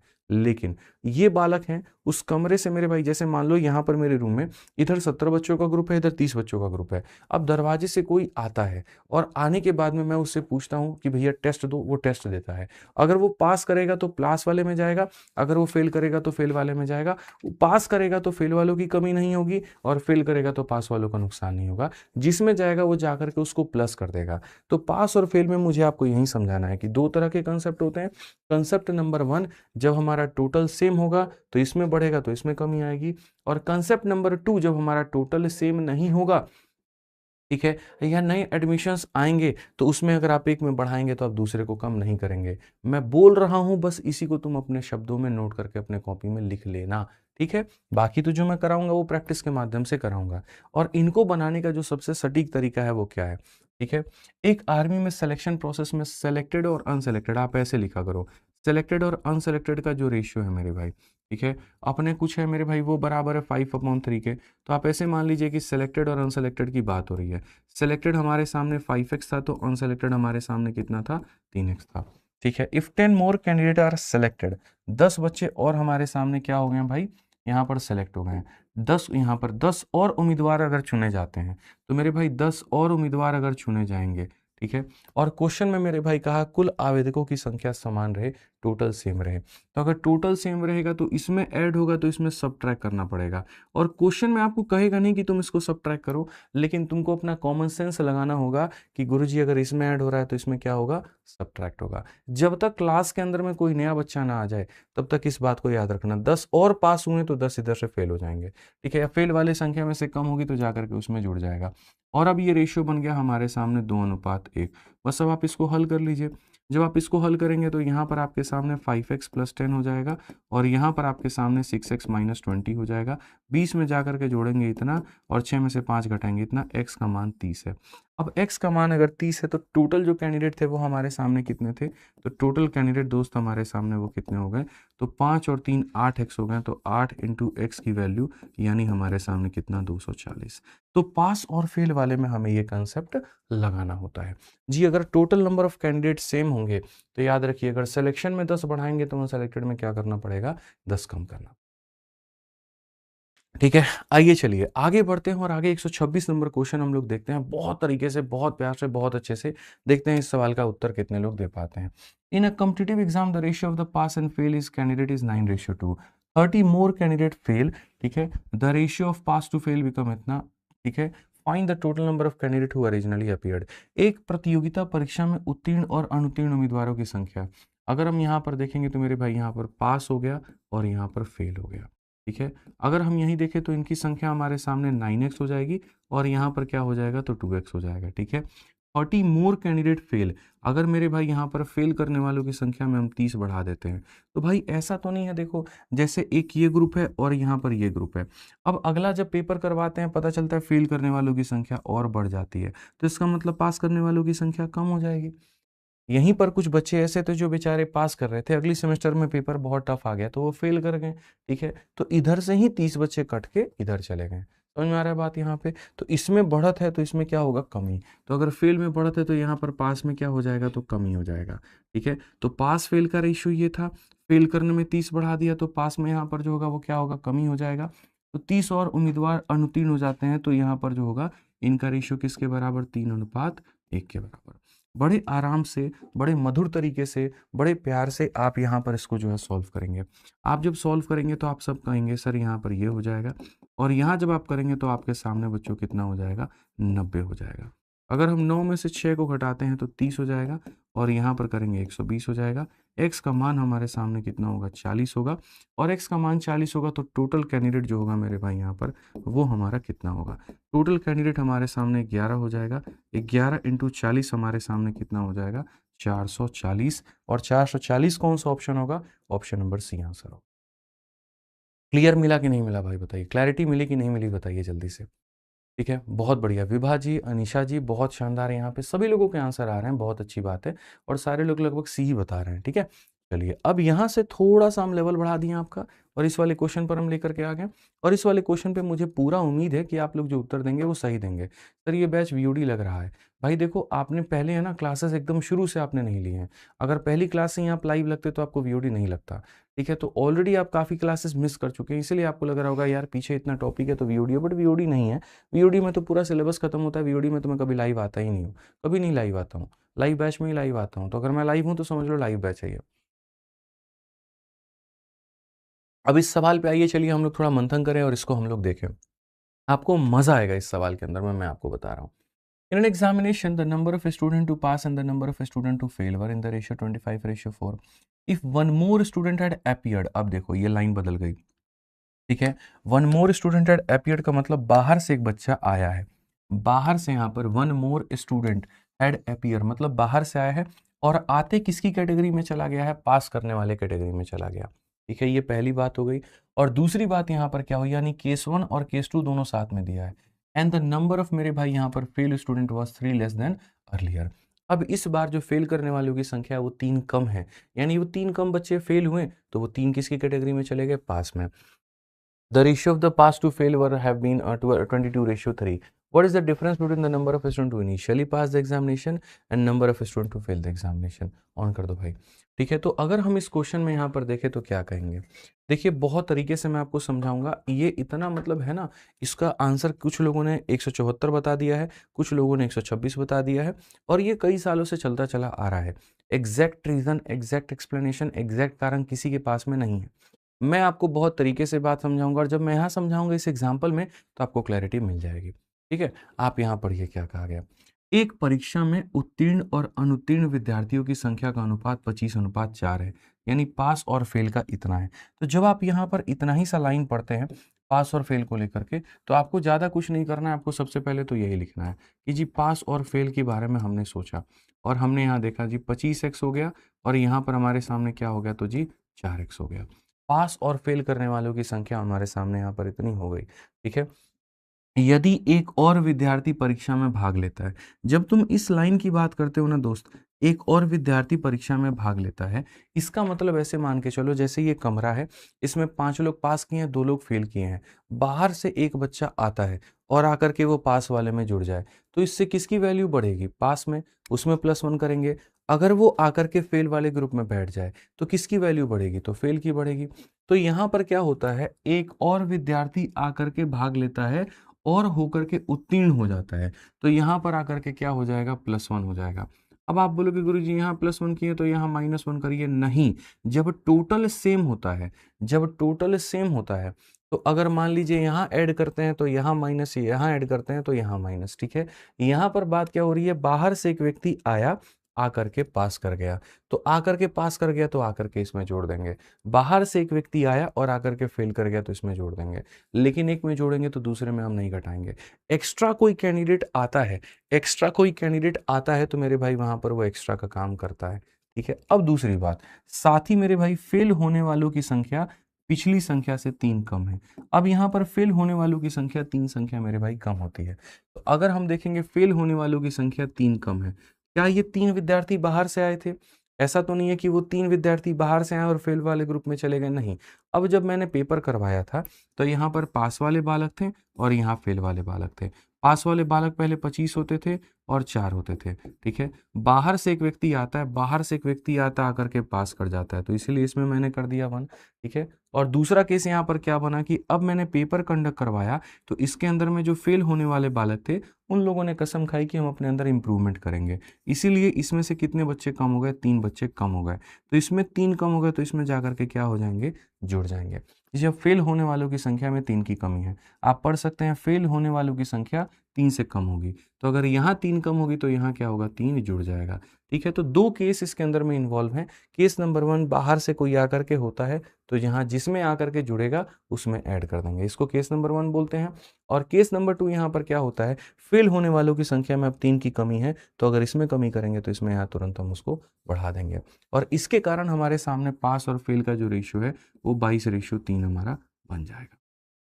सच अ ब्यूटीफुल क्वेश्चन, मजा आ जाएगा तुमको, स्वाद आ जाएगा, मैं तुमको बता रहा हूँ भाई। ठीक है, आप यहाँ पर देखिए, आप यहाँ पर क्या कहेंगे, तो बोलेंगे जी यहाँ पर हो जाएगा 3 × 25 हमारे सामने 75 हो जाएगा भाई, और 3 × 4 हमारे सामने 12 हो जाएगा, 22 का 4 गुना इतना हो जाएगा, और 22 का 3 गुना हमारे सामने इतना हो जाएगा।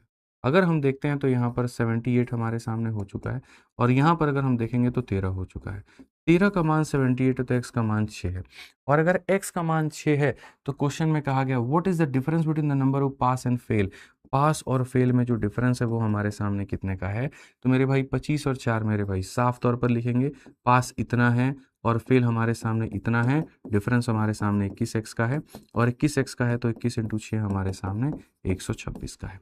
और 126 का है तो कौन सा ऑप्शन होगा, बी जो होगा वो आंसर होगा। कौन सा होगा, तो बी जो होगा वो आंसर होगा। तो मुझे लगता है कि तरीके से आप इस बात को समझ पाए हो। बाहर से कोई आकर के अपीयर करेगा तो खाली उसमें जोड़ देंगे, लेकिन इंटरनली में अगर ऐसा होगा कि मानो 3 बच्चे कम फेल हो गए तो फेल में कम करोगे तो प्लस में जो है पास में जो है प्लस करोगे जाके। ठीक है, आप एक और क्वेश्चन देखो, आपको और बढ़िया समझ में आएगा और आपको और ज़्यादा जो है वो बच्चों क्लैरिटी मिलेगी।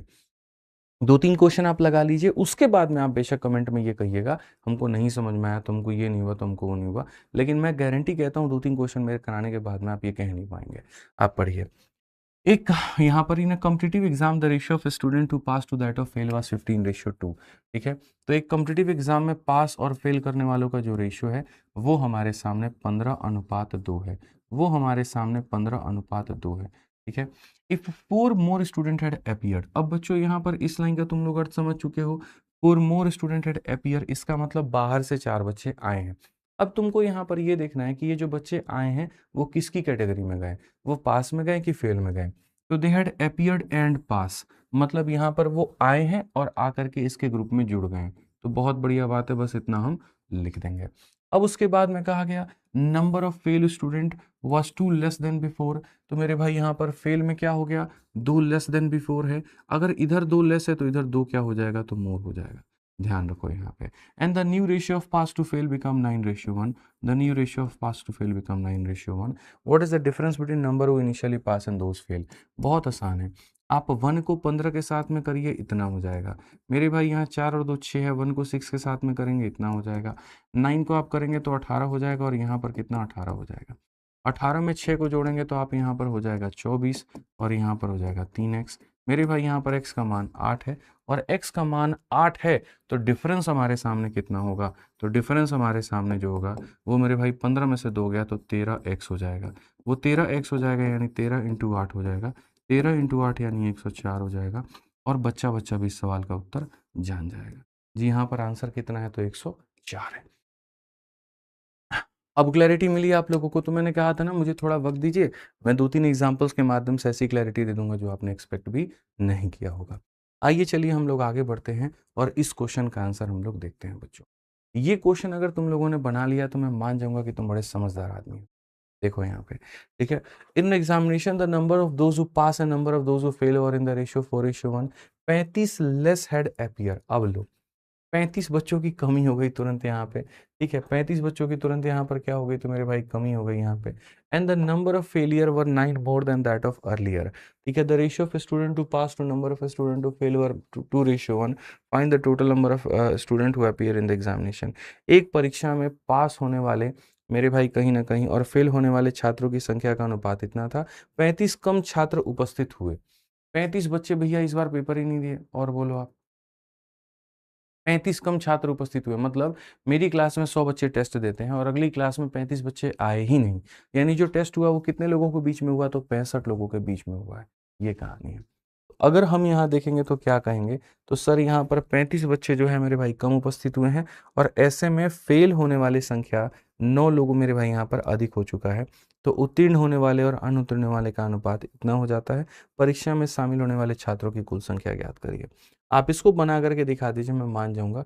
2 मिनट का मैं आप लोगों को वक्त देता हूँ। जिसके पास में जितना दिमाग है, जिसने जहां से पढ़ा है, जिसके पास जो भी है बुद्धि, लगा के दिखा दो इस सवाल के लिए, मैं मान जाऊंगा भाई, मान जाऊंगा। क्वेश्चन को हिंदी में पढ़ा करिए, एक क्वेश्चन हिंदी में नहीं पढ़े तो तुरंत त्राहिमाम होने लगा तुम लोगों का।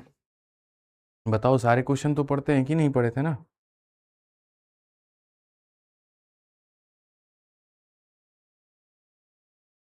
क्या कह रहे हो। हाँ हाँ हाँ, मैं कर दूंगा। बस ये मुझे याद दिला देना 11:30 में, ठीक है। बताइए चलिए, बनाओ बनाओ भाई बनाओ। ठीक है, कोई ऑप्शन नंबर ए बता रहा है 155, कोई यहाँ पर 160 बता रहा है। बताइए जल्दी से बताइए। बताइए मेरे भाई, फटाफट यहाँ पर बताइए। ठीक है, बताइए। बहुत बढ़िया, बहुत बढ़िया, बहुत बढ़िया। बताओ, इसमें सारा जो खेल है ना वो इसमें इस लाइन का है यहाँ पर। 35 लेस हेड अपियर, 35 लोग पेपर देने कम आए। अब इसका मेरे भाई यहाँ पर क्या समाधान है, आप ये बताइए। देखो, मोर अपियर्ड के केस में होता, अब इसमें यहाँ पर ये बात है ना, ठीक है। पीछे वाले क्वेश्चन जो थे वो डिफरेंट थे, उसमें क्या होता था, बाहर से लोग आते थे और आकर के या तो पास के कैटेगरी में चले जाते थे या फेल के कैटेगरी में चले जाते थे, तो ला करके उनको ऐड कर देते थे। इसमें क्या, 35 बच्चों ने मेरे भाई पेपर ही नहीं दिया, तो वो 35 को तुम पास में काउंट करोगे, उन 35 को तुम फेल में काउंट करोगे, किस में करोगे मेरे भाई, ये बताओ पहले तुम। ठीक है, क्योंकि 35 लोग आए ही नहीं पेपर देने, तो वो मेरे भाई नहीं आए, तो ना वो पास हुए ना फेल हुए, यानी वो जो कमी हुई है वो टोटल में कमी हुई है।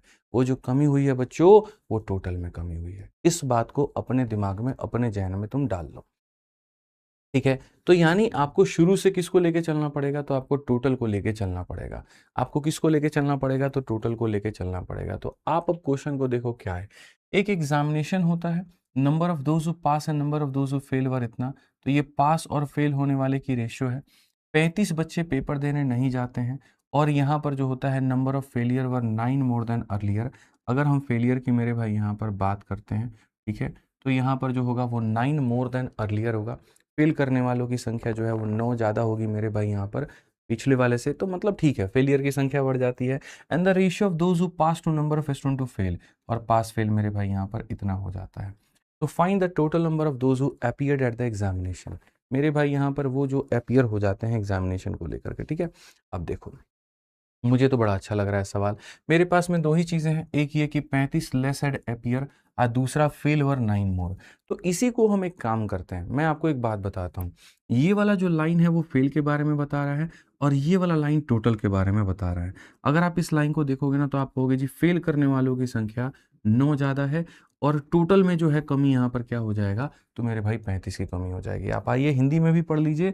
यदि मेरे भाई यहाँ पर 35 कम छात्र जो है उपस्थित हुए, यानी ये टोटल में कमी आ गई, और उसके बाद में यहाँ पर क्या होगा, तो मेरे भाई यहाँ पर जो है फेल होने वालों की संख्या में 9 की मेरे भाई वृद्धि हो गई। तो जब यहाँ चर्चा इन दो लोगों के बारे में है, एक चर्चा टोटल के बारे में है और एक चर्चा फेल होने के बारे में है, तो क्यों ना हम यहाँ पर एक काम करें, हम फेल का और टोटल का रेशियो लें।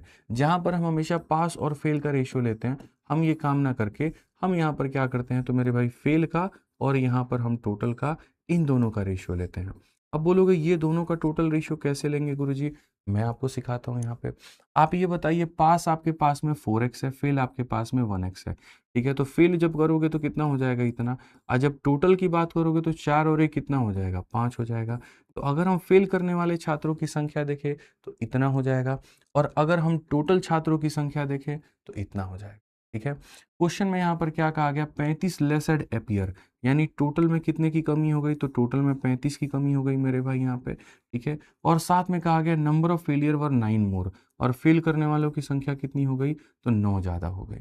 तो उससे हमारे सामने क्या हो जाएगा, उससे हमारे सामने ये पास और ये फेल हो जाएगा। तो फेल हमारे सामने कितना हो जाएगा, तो फेल हमारे सामने 1 हो जाएगा, और टोटल कितना हो जाएगा, तो टोटल हमारे सामने कितना हो जाएगा दोस्त, 3 हो जाएगा।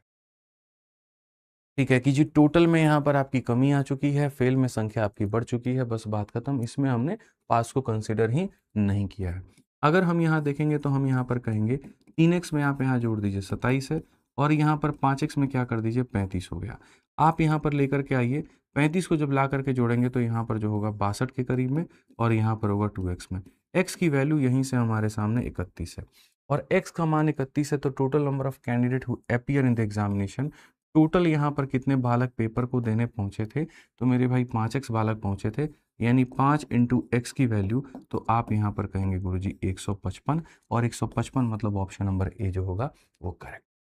एक ट्रिकी क्वेश्चन का ट्रिकी जवाब मेरे भाई, यहाँ पर सीधी सी बात है कि आपने टोटल के अंदर में कमी की थी, आपने फेलियर के संख्या में बढ़ाया था, तो हमने टोटल के अंदर में कमी कर दी, हमने फेलियर के संख्या में बढ़ा दिया, और ये हमारी कहानी हो गई है।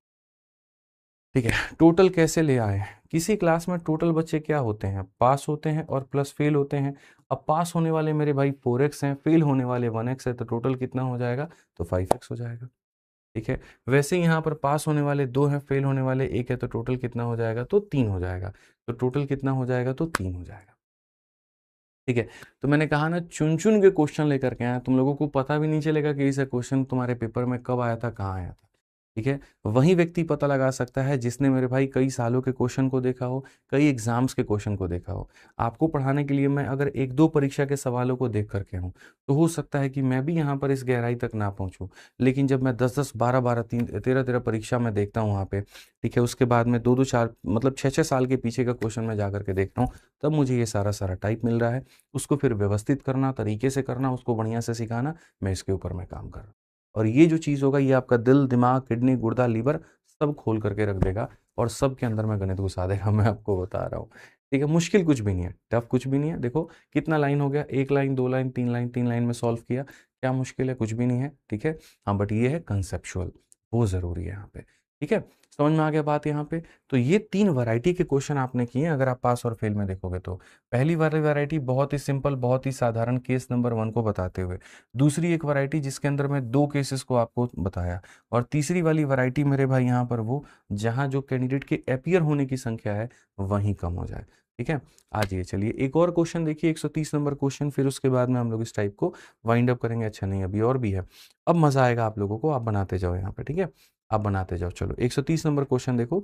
यहाँ तक सारे केसेस मैंने एक्सप्लेन कर दिया। अब यहाँ से जो क्वेश्चंस को बनाने की बारी है वो आपकी है। ठीक है। बहुत बढ़िया, आ जाइए। तो सवालों को हम लोग देखते हैं क्या कहते हैं। एक परीक्षा में उत्तीर्ण होने वाले विद्यार्थियों की संख्या और फेल होने वाले विद्यार्थियों की संख्या का अनुपात 25 और 24 है। तो साफ तौर पर यह बात कहा है जी, पास होने वालों की, फेल होने वालों की। यदि 3 और विद्यार्थी परीक्षा में सम्मिलित होते हैं और उत्तीर्ण, अब तुम लोग खुद बनाना यहाँ पर। अब मैं मिक्स कर दे रहा हूँ यहाँ से क्वेश्चन। 3 और विद्यार्थी परीक्षा में सम्मिलित होते हैं और अनुत्तीर्ण हो जाते हैं।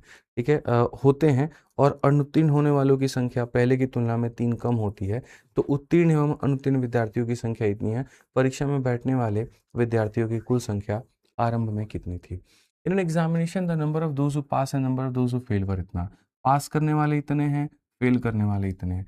3 मोर हैड अपीयर्ड। ठीक है। अब ये 3 बालक आए तो सही, लेकिन ये पास में काउंट हुए कि फेल में काउंट हुए, ऐसा कहीं पर भी नहीं कहा गया। ये 3 बालक आए, बस इतना बोला गया। और आने के बाद में number of those who fail was 3 less than earlier and number of those who fail were 3 less than earlier। यानी 2 बातें हुई है। एक यहाँ पर केस अलग है कि 3 बालक आए हैं, और दूसरा केस अलग है कि मेरे भाई यहाँ पर number of those who fail was 3 less than earlier। Fail होने वालों की संख्या में 3 की कमी आ गई है। फेल में 3 की कमी आ गई है तो पास में 3 वहां बढ़ गया है। आप ये कह सकते हो। खैर छोड़ो, ये सब बातें बात की हैं। The ratio of pass to fail become यहाँ पर इतना। ठीक है। पास टू फेल बिकम इतना। Total number of student who initially appear for the examination was, क्या होगा। जैसे पीछे वाले क्वेश्चन में 2 तरह की बातें थी। पहली बात यहाँ पर ये थी, 35 बच्चे पेपर देने नहीं आए, पहला पॉइंट था। और दूसरा, फेलियर की संख्या 9 ज़्यादा थी। उसी तरह से इसके अंदर में भी 2 बातें हैं। और 2 बातें क्या हैं मेरे भाई, 3 बच्चे और आए हैं, लेकिन आए हैं तो किसके कैटेगरी में गए हैं। वो पास के कैटेगरी में गए हैं कि फेल के कैटेगरी में गए हैं, कोई भी नहीं जानता है। यानी टोटल में 3 की क्या हो गई है, बढ़त। जैसे यहाँ पर क्या हुआ था, टोटल में 35 कम हो गया था, टोटल में 35 कम हो गया था, तो यहाँ टोटल में क्या हो जाएगा, 3 बढ़ जाएगा, पहला पॉइंट। दूसरा, फेल करने वालों की संख्या 3 कम है, और यहाँ फेल करने वालों की संख्या कितनी थी, 9 ज़्यादा थी। तो यहाँ पर इन 2 बातों का चाहे हिंदी हो इंग्लिश हो ध्यान रखना है कि सर यहाँ पर 3 और विद्यार्थी जो हैं परीक्षा में सम्मिलित होते हैं, यानी टोटल में बढ़ जाता है। और साथ में फेल होने वालों की जो मेरे भाई संख्या है वो पहले की तुलना में 3 कम होती है। तो हमें इन 2 बातों का बहुत तरीके से, बहुत इज्जत से, बहुत प्यार से ध्यान रखना है। जब हमारे सामने ये क्लैरिटी बने क्वेश्चन के अंदर में कि जब बाहर से जो लोग आ रहे हैं वो पास में जाते हैं तो हम उसको पास में ऐड कर देंगे, वो फेल में जाते हैं तो हम उन्हें फेल में ऐड कर देंगे। लेकिन जब इस बात की हमें क्लैरिटी ही ना हो कि वो किसकी कैटेगरी में गए हैं, वो पास में गए हैं, वो फेल में गए हैं, वो क्या गए हैं, तो हमें क्वेश्चन में देखना है जो बदलाव हुआ है वो किसके अंदर में हुआ है। तो जो बदलाव हुआ है वो टोटल के अंदर में, फेल के अंदर में हुआ है। तो जो रेशियो भी हम लेंगे वो किसका लेंगे, टोटल और फेल का ही लेंगे। तो रेशियो भी जो लेंगे वो क्या लेंगे, तो बोलोगे गुरुजी टोटल और फेल, यानी फेल और टोटल का रेशियो लोगे। ठीक है। अब ये बताओ यहाँ पर, ये मेरे भाई फेल करने वाले बालक कितने हैं, फेल करने वाले इतने हैं, और टोटल बालक कितने हैं, 25 में 4 जोड़ दीजिए तो हमारे सामने टोटल बालक हमारे इतने। ठीक है। क्वेश्चन में कहा गया 3 मोर हैड अपीयर्ड, तो मेरे भाई टोटल में 3 हमारा बढ़ जाएगा, और साथ में कहा गया फेलियर की संख्या 3 कम हो जाएगी, तो फेलियर की संख्या 3 कम हो जाएगी। टोटल में 3 की बढ़त, फेलियर में 3 की कमी, और ये हमारे सामने हो जाएगा मेरे भाई 21/3। ये हमारे सामने हो जाएगा। देखो अब 21/3 यानी फेल करने वालों की संख्या कितनी है, 3 है, तो फेल करने वाले को हम 3 में डाल देंगे। और टोटल की संख्या कितनी है, 21 और 3 24 है, तो यहाँ पर ये डाल देंगे। मेरा इतना मन में था कि यार मैं ये सारे क्वेश्चंस आपको कराऊंगा, लेकिन फिर मैं ये सोच रहा था मैं समझाऊंगा कैसे, बट फाइनली यहाँ पर जो है आप भी बढ़िया से समझ गए और मैं भी बढ़िया से समझा पाया। ठीक है, बढ़िया रहा, ओवरऑल एवरीथिंग वाज ग्रेट। तो अगर हम देखते हैं तो यहाँ पर 8 चौके 32 हो गया हमारे सामने, और यहाँ पर ये 24 हो गया, और ये हमारे सामने 29 हो गया, और यहाँ पर ये हमारे सामने 3 हो गया। अगर हम देखेंगे तो यहाँ पर ये बात कहेंगे कि भाई 32 में से 29 को घटाओगे तो तुम्हारे सामने 3 आ जाएगा, और ये 24 को जा करके जोड़ोगे तो तुम्हारे सामने 27। एक्स का मान तुम्हारे सामने 9 है, और एक्स का मान 9 है, तो साफ तौर पे टोटल नंबर ऑफ स्टूडेंट मेरे भाई टोटल हमसे पूछा गया, और टोटल हमसे पूछा गया तो यहाँ पर कितना हो जाएगा, 33, और एक्स हो जाएगा 33 इंटू 9, 9 इंटू 3 27, 9 इंटू 27 और 2 29 हो गया 297। और 297 है तो यहाँ पर कुछ गड़बड़ है क्या, दो ऑप्शंस मेरे भाई यहाँ पर इन्होंने सेम टाइप कर दिए हैं। आप लोगों का भी आंसर, अच्छा ठीक है, माफ करिएगा, सॉरी, टोटल जो है वो 33 नहीं है, टोटल जो है हमारे सामने 25 और 4 29 है, तो 29 है, तो 29 और इंटू एक्स का मान मेरे भाई यहाँ 9 9 81, 9 दूनी 18, और 18 6 कितना हो जाएगा, 18 8 26 हो जाएगा मेरे भाई यहाँ पर 261। अब इसमें दो ऑप्शन है, 260 नहीं, ये 216 है, 261 ये है, तो ये आंसर होगा। ठीक है, डी जो होगा वो आंसर होगा। कोई दिक्कत की बात यहाँ, कोई परेशानी की बात है बताइए। हाँ, टोटल 29 एक्स है, 33 नहीं है। टोटल में अगर देखें 25 और 4 29, तो 29 इंटू एक्स की वैल्यू यानी 261 जो होगा वो करेक्ट होगा। ठीक ठीक सर, 9 फेल की संख्या अधिक होगी, तो सर फेल की संख्या यहाँ पर कहाँ है, नहीं ऐसा नहीं है, फेल की संख्या तो कहा है 3 कम है ना, तो फेल की संख्या में 3 की हम कमी करें। ठीक, बहुत बढ़िया तरीके से समझ में आया। आइए चलिए अगला सवाल हम लोग देखते हैं, और यहाँ से चीज़ें अब पास फेल खत्म हो जाती हैं, लेकिन उसी के जैसा मिलता जुलता कुछ आपके सामने टॉपिक है और आपको वो पढ़ना है। अभी तो जब मैं तुम लोगों के लिए कॉइन शुरू करूंगा ना, तो कॉइन देखना, तुमने आज तक कॉइन पढ़ा क्या है, कॉइन तो मैं तुम्हें पढ़ाऊंगा और मैं सिखाऊंगा कि कॉइन में क्वेश्चन होते कैसे हैं। अभी तो आपने कॉइन के बारे में भी कुछ भी नहीं जाना, अभी पढ़ते चलो। ठीक है, 10 से 12 की क्लास जीवन बदलने वाली क्लास है, इसको कभी मिस नहीं करना है, ध्यान रखना। 12वीं कक्षा में छात्रों की जो कुल संख्या हमारे सामने कितनी है, तो यहाँ पर हमारे सामने 360 है, और उनमें से विज्ञान और मानविकी के जो छात्रों की संख्या का अनुपात है 2 और 3 है। जब कुछ नए छात्र दाखिल होते हैं तो विज्ञान के छात्रों की संख्या में 18 की वृद्धि होती है, और विज्ञान के छात्र और मानविकी के छात्रों का अनुपात इतना में परिवर्तित हो जाता है। दाखिल हुए नए मानविकी छात्रों की संख्या ज्ञात करिए। The ratio of the number of student in science to that of humanities, यहाँ पर ठीक है, in a grade 12 of 360 student is इतना। तो मेरे भाई यहाँ साइंस और यहाँ पर ये क्या ह्यूमैनिटीज है, साइंस और ह्यूमैनिटीज का ये रेशियो है। When some new student are admitted, आप देखो बाहर से कुछ नए बालक आते हैं, ठीक है, आर एडमिट करने के बाद में number of science student increase by 18, और मेरे भाई साइंस के बालकों की संख्या 18 में बढ़ जाती है। And the ratio of science to student, science student to humanity मेरे भाई यहाँ पर सडन, और साइंस और ह्यूमैनिटी का मेरे भाई यहाँ पर ये बदल जाता है। What is the number of new humanity students admitted. समझ में आया, कुछ नहीं आया ना, कोई बात नहीं, मैं आपको समझाता हूँ। सबसे पहली बात अगर आप देखोगे तो साइंस और ह्यूमैनिटी में अगर आप देखो तो एक स्कूल है, उसके अंदर में 2 धड़े के बच्चे हैं, कुछ बालक साइंस पढ़ते हैं और कुछ बालक ह्यूमैनिटी पढ़ते हैं। और मजे की बात यहाँ पर ये है कि इनका जो टोटल है वो कितना है, तो 360 है मेरे भाई। यहाँ पर ये क्वेश्चन में कहा गया कि 360 बच्चे हैं, जिसमें से मेरे भाई 2 और 3 के रेशियो में साइंस और ह्यूमैनिटी पढ़ते हैं। ठीक है, अब ये नहीं कहा गया कि साइंस के बच्चों को हमने एडमिट किया है, ये नहीं कहा है कि ह्यूमैनिटी के बच्चों को हमने एडमिट किया है, नहीं। आप हिंदी में पढ़ लो चाहे इंग्लिश में, some new students are admitted, यानी हमने टोटल के अंदर में कहीं पर कुछ ना कुछ बढ़त हमने की है। और उसके बाद में number of science increase by 18, science में मेरे भाई बच्चों की संख्या 18 से बढ़ जाती है। ठीक है, ह्यूमैनिटीज में भी बढ़ती है, लेकिन कितना बढ़ती है किसी को पता नहीं है, कोई भी ये बात को नहीं जानता है।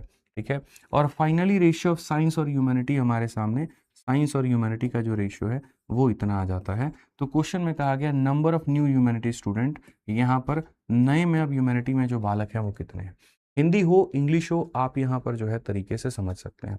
अगर क्वेश्चन में हमसे ये कहता कि साइंस वाले बच्चों की हमने बढ़त की है, तो मेरे भाई एक बात भी होती, ठीक है। क्वेश्चन में कहता ह्यूमैनिटी वाले बच्चों की बढ़त की है, तो एक बात होती। क्वेश्चन में कहा आपने टोटल में बढ़त की है, आपने पूरे बच्चों के समुदाय में टोटल संख्या में बढ़त की है, तो यानी साइंस भी बढ़ा होगा और ह्यूमैनिटी भी बढ़ा होगा।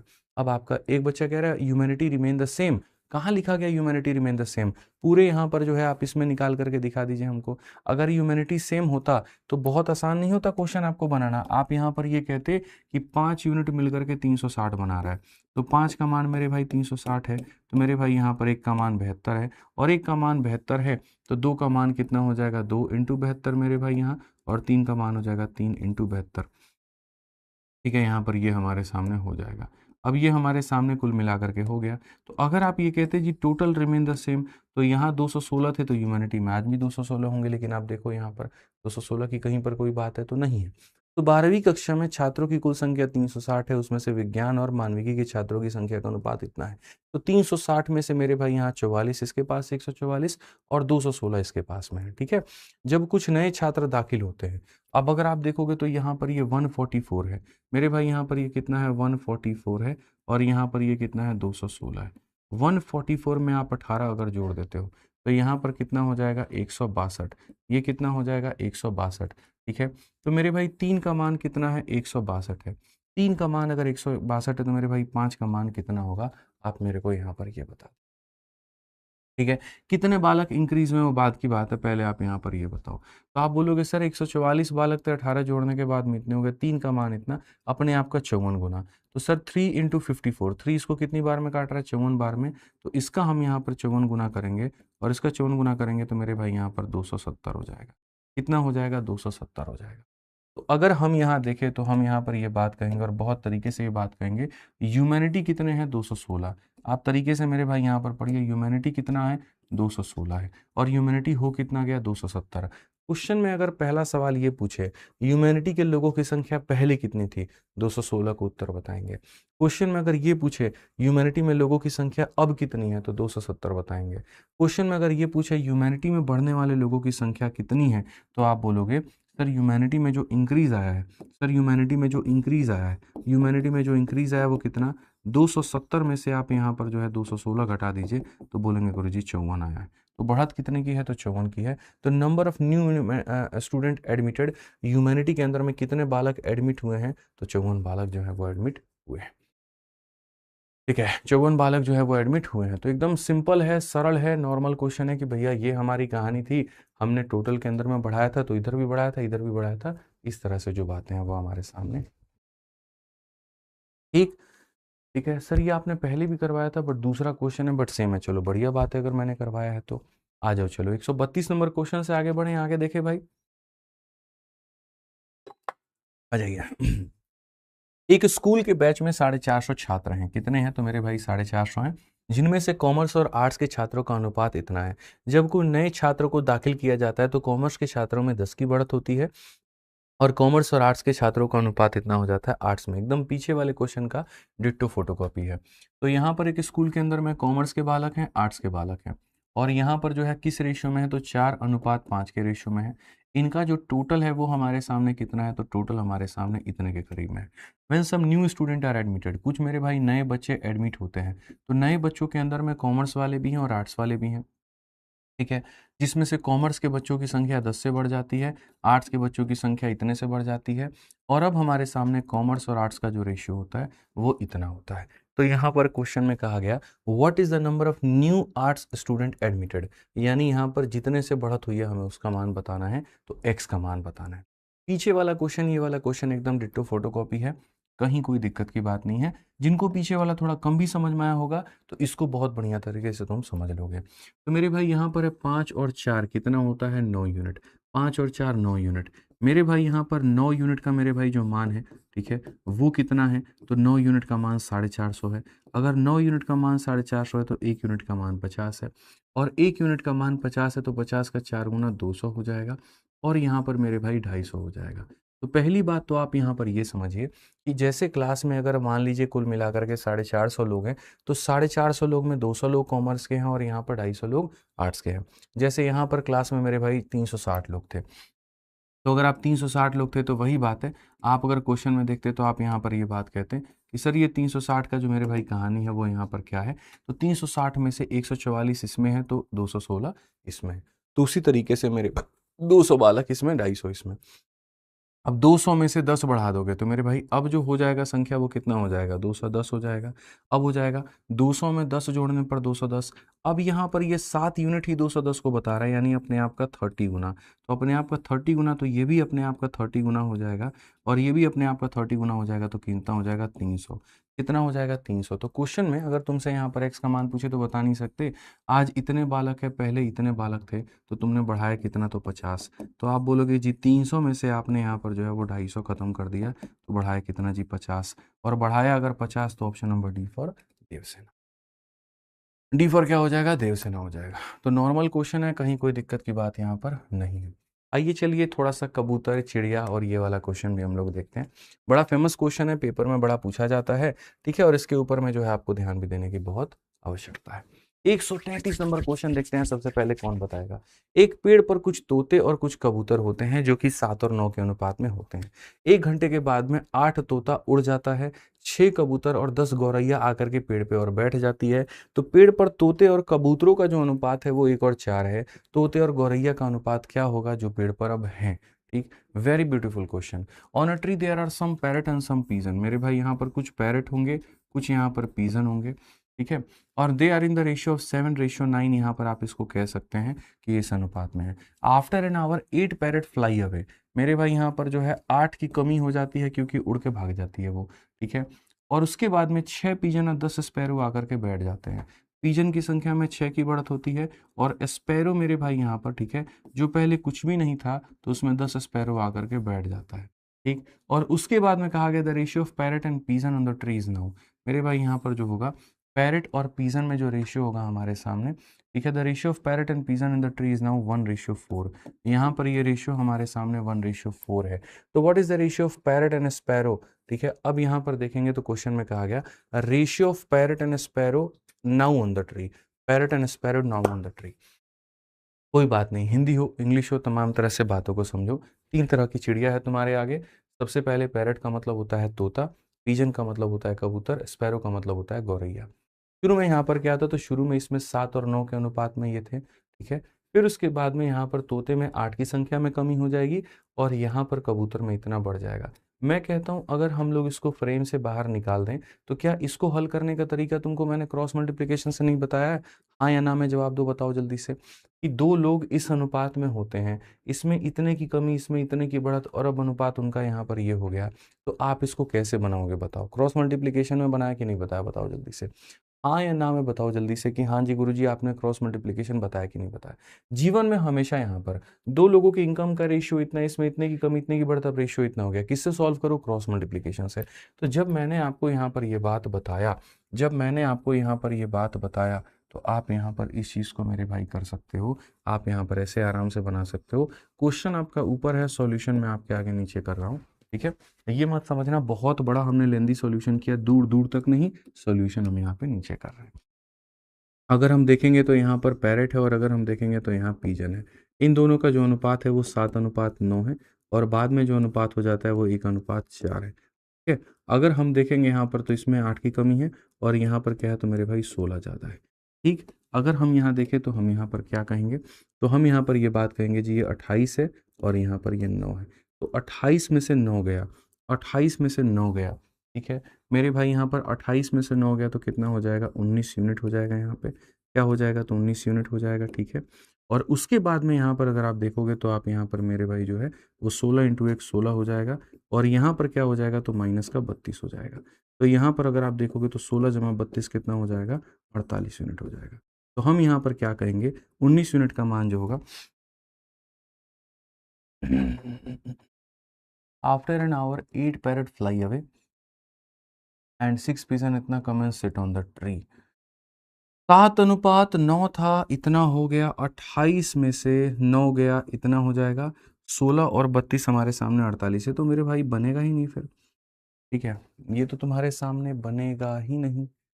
एक पेड़ पर कुछ तोते और कुछ कबूतर होते हैं मेरे भाई जो इतने के अनुपात में होते हैं। 1 घंटे के बाद में 8 तोता उड़ जाता है, ठीक है, तोता उड़ जाता है, 6 कबूतर आकर के और गौरैया आकर के मेरे भाई बैठ जाती है, यानी एक्स्ट्रा ही हो जाती है। तो पेड़ पर तोता और कबूतर का अनुपात, अच्छा, ओके, 6 कबूतर बैठ गया तो मेरे भाई तोते और कबूतर का अनुपात इतना हो गया। और गौरैया का अनुपात क्या होगा? ठीक है, 16 नहीं 6 है, कहीं पर तो हमने कुछ गड़बड़, अच्छा सॉरी माय मिस्टेक, माफ़ करिएगा। यहाँ पर जो है ना ये 8 और 6 था, यहाँ पर अगर आप देखोगे 8 और 6 था, 8 की कमी, और यहाँ पर क्या है 6 है। मैं कह रहा था कहीं पर कुछ है, गड़बड़ है। ठीक है, माय मिस्टेक। यहाँ पे आप देखिए, यहाँ पर फिर से मैं कह देता हूँ, 7:9 थे, वो हो गया, 1:4 था, वो हो गया, 8 और 6 ये हो गया। तो यहाँ पर ये 28 में से 9 गया तो कितना हो जाएगा मेरे भाई? यहाँ पर 19 यूनिट हो जाएगा भाई। ठीक है, और यहाँ पर बोलोगे गुरुजी 6 है, और यहाँ पर माइनस में से -12 है। ठीक है, तो भाई यहाँ पर ये भी तो 32 है, सॉरी, यहाँ पर कितना है तो मेरे भाई 32 है। तो आप बोलोगे 6 जमा 32 यानी 38 हो जाएगा। तो 19 यूनिट का मान कितना हो जाएगा दोस्तों?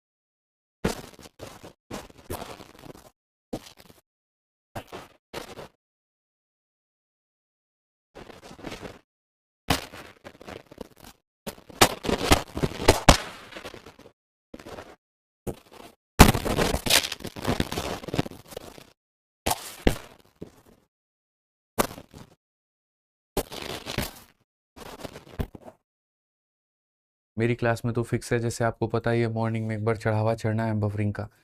ठीक है, तो जैसे 1.5 घंटा होगा, सवा घंटा होगा, तो एक बार तो बफरिंग का चढ़ावा चढ़ेगा, और वो 1-2 मिनट का चढ़ावा रहता है। वो जैसे चढ़ जाता है फिर उसके बाद में, ठीक है, यहाँ पर हमारे कंप्यूटर देव जो हैं वो भी एकदम शांत हो जाते हैं कि चलो ठीक है, अब हमारा चढ़ावा चढ़ गया, बॉल ओके है। क्या कह रहे हैं? आवाज़ नहीं आ रही है, नो वॉइस, ओके सर। देखिए एक बार वॉइस में हो गई वॉइस। तो हमने कहा तो वहाँ पे वो चढ़ावा जो है एक बार चढ़ना ज़रूरी है, एक बार वॉइस का और एक बार बफरिंग का। और जैसे चढ़ावा वॉइस और बफरिंग का चढ़ जाता है तो कंप्यूटर देवता भी फिर उसके बाद में शांत हो जाते हैं। तो कभी ऐसे बफरिंग हो सुबह वाली क्लास में, तो आप मान लीजिएगा कि वो चढ़ावा एक चढ़ रहा है और 2-3 मिनट उसमें वक्त लगेगा। ठीक है, आराम से बने रहिएगा, कहीं छोड़ करके जाया मत करिएगा। होता क्या है, जैसे बफरिंग होती है आप भी गायब हो जाते हैं, ले अब तो हम देखेंगे ही नहीं, बहाना हमको मिल गया। तो बस जाओ, फिर कहानी ख़त्म हो जाएगी वहीं पे। तुम्हें तो पता है ना यहाँ पर कि ये चढ़ावा चढ़ना होता है रोज़ 2 मिनट का। जब चढ़ना होता है तो मेरे भाई वहाँ पे टिका करो। फिर मैं आ जाता हूँ, सवाल को शुरुआत से बता देता हूँ, अगर किसी ने नहीं देखा तो। मुझे लगता है क्वेश्चन वाला पार्ट तो लगभग सबने देखा होगा, इसमें कहीं पर किसी भाई को मेरे दिक्कत नहीं हुई होगी।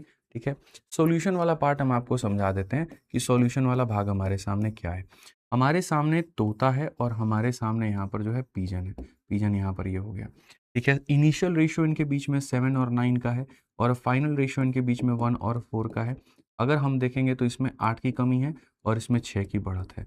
तो आप यहाँ पर सीधा-सीधा ये बात कहोगे, और आप कहोगे जी 28 में से 9 चला जाएगा, तो कितना यूनिट हो जाएगा? तो 19 यूनिट हो जाएगा। और अगर हम देखें तो यहाँ पर 6 में मेरे भाई 32 को जोड़ दीजिए, क्योंकि 6 में से जब आप माइनस करेंगे -32 को, तो ये जोड़ करके 38 हो जाएगा। तो जब आप जोड़ेंगे तो बच्चों 1 यूनिट का मान कितना हो जाएगा? 2 हो जाएगा। अगर 1 यूनिट का मान 2 हो जाएगा तो वक्त है हर किसी के वैल्यू को निकालने की। हर किसी का वैल्यू कौन है? एक तरफ पैरट है, फिर एक पिजन है, और फिर एक यहाँ पर स्पैरो है। ठीक है, अगर 1 यूनिट का मान 2 है तो 7 यूनिट का मान कितना हो जाएगा? 14, और 9 यूनिट का मान कितना हो जाएगा? 18, और यहाँ ये कितना था? 0 था। आपने कहा हमने इसमें से 8 की कमी की है, आपने कहा इसमें से हमने 8 कम कर दिया, इसमें से हमने 6 बढ़ा दिया, और इसमें हमने 10 बढ़ा दिए। तो 14 में से 8 गया तो इतना, 18 और 6 हमारे सामने 24 है, और यहाँ पर ये इतना है। तो क्वेश्चन में हमसे यहाँ पर क्या कहा गया? क्वेश्चन में हमसे यहाँ पर ये कहा गया, इसका और यहाँ पर इसका रेशियो बताओ। तो 2 से 3 बार में, 2 से 5 बार में, तो रेशियो 3-5 का होगा, इसीलिए ऑप्शन नंबर जो सी होगा वो करेक्ट होगा। इसीलिए ऑप्शन नंबर जो सी होगा मेरे भाई यहाँ पर वो करेक्ट होगा। समझ में आ गया बात यहाँ पे? आइए चलिए आगे बढ़ते हैं और अगला सवाल देखते हैं। आज विश्वकर्मा पूजा है क्या? है? विश्वकर्मा पूजा आज है? बताओ। एक पार्क में हिरण और मोरों का अनुपात इतना था, 1 घंटे के बाद 12 हिरण भाग गए, जबकि 4 मोर और 15 खरगोश पार्क में आ गए। अब हिरण और मोरों का अनुपात इतना हो गया, तो मेरे भाई पार्क में मोरों और खरगोशों की अंतिम अनुपात क्या होगी? मैं पीछे वाले क्वेश्चन का ही इसको फोटोकॉपी मानता हूँ, ठीक है, और बहुत बढ़िया तरीके से आपको चीज़ें समझ में आएंगी। सबसे पहले हिरण और मोर किस अनुपात में थे? इस अनुपात में थे।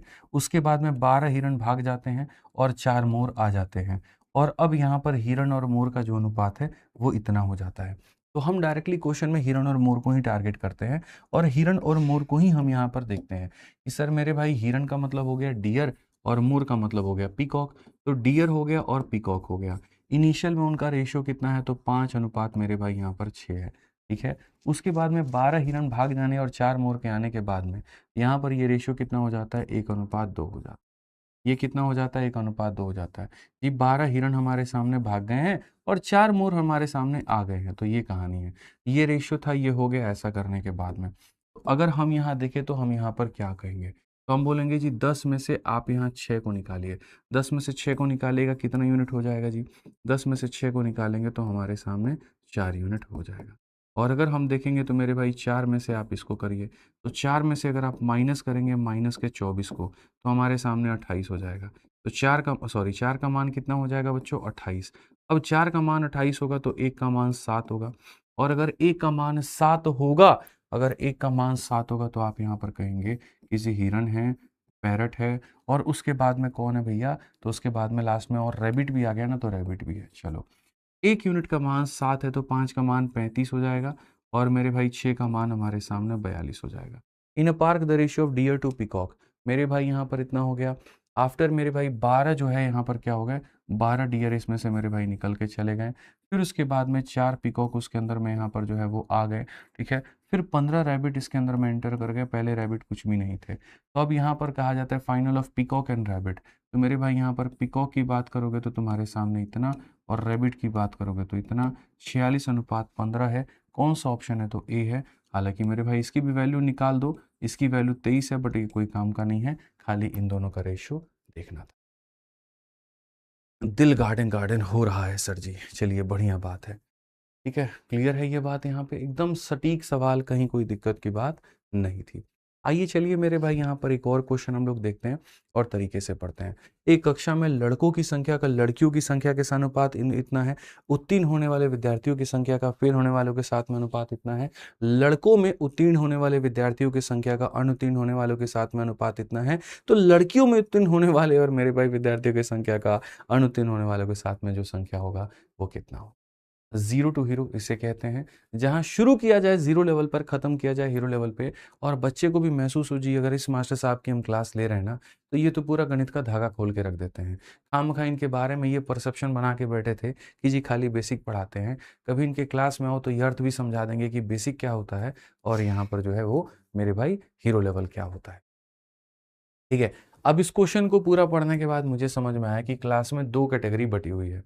पहली बात यहाँ पर कि एक पूरी क्लास है, उस क्लास में से 2 भाग बट गए हैं। लड़का एक तरफ हो गया है, लड़की एक तरफ हो गया है। ठीक है। फिर लड़के में 2 कैटेगरी बट गया है, पास अलग फेल अलग। और वैसे ही मेरे भाई लड़की में 2 कैटेगरी हो गया है, पास अलग और फेल अलग। और उस आधार पर हमसे ये क्वेश्चन पूछा गया है। ठीक है। तो इसको बोलते हैं ब्रांचिंग। ये ब्रांचिंग का जो क्वेश्चन है ये पिछले 3 सालों में मैंने देखा है 3 अलग अलग तरह से आया हुआ है। पहले यहाँ पर क्या कहेगा, पूरी चीज को पूरे पूरे ग्रुप को 2 में बांट देगा मेरे भाई, पास लड़कों में और लड़कियों में। ठीक है। फिर लड़कों का पास फेल अलग, लड़कियों का पास फेल अलग। फिर एक ब्रांचिंग का क्वेश्चन मैंने देखा था कि पूरे ग्रुप को 2 लोगों में बांट दिया था। हो सकता है आपने क्वेश्चन भी देखा हो कि पूरे ग्रुप में 2 में बांट दिया, senior citizen, non senior citizen. फिर वहां सीनियर सिटीजन में लिटरेट इलिटरेट और नॉन सीनियर में लिटरेट इलिटरेट। ठीक है, ये क्वेश्चन। फिर एक मेरे भाई वहां पर आया मेल फीमेल का, कि पूरे भारत की जनसंख्या को 2 में बांट दिया, मेल अलग फीमेल अलग। मेल में लिटरेट पढ़ा लिखा और अनपढ़ अलग, और फीमेल में फिर पढ़ा लिखा फिर अनपढ़ अलग। इनके कुछ क्वेश्चंस मैंने परसेंटेज में भी करवाए थे। ठीक है। तो जो परसेंटेज बेस्ड थे वो परसेंटेज में हुआ था बढ़िया तरीके से। ये रेशियो बेस्ड है तो ये रेशियो में हो रहा है। बच्चा भी यहाँ पर कह रहा है कमेंट बॉक्स में, गुरुजी आपने परसेंटेज में करवाया हुआ है। वो परसेंटेज बेस्ड था तो इसलिए वो परसेंटेज में करवाया, और ये रेशियो बेस्ड है तो इसको हम रेशियो में करवा रहे हैं। तो आइए बहुत तरीके से आप इस बातों को समझेंगे और भैया मजा आएगा आपको।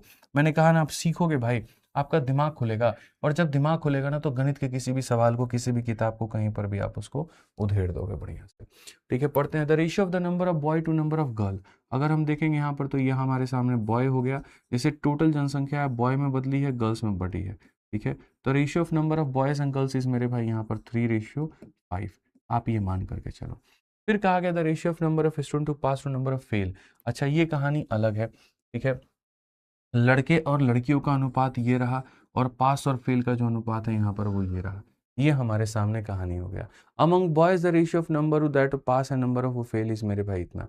चलो आ जाओ, मैं थोड़ा सा डिफरेंट तरीके से बताता हूँ।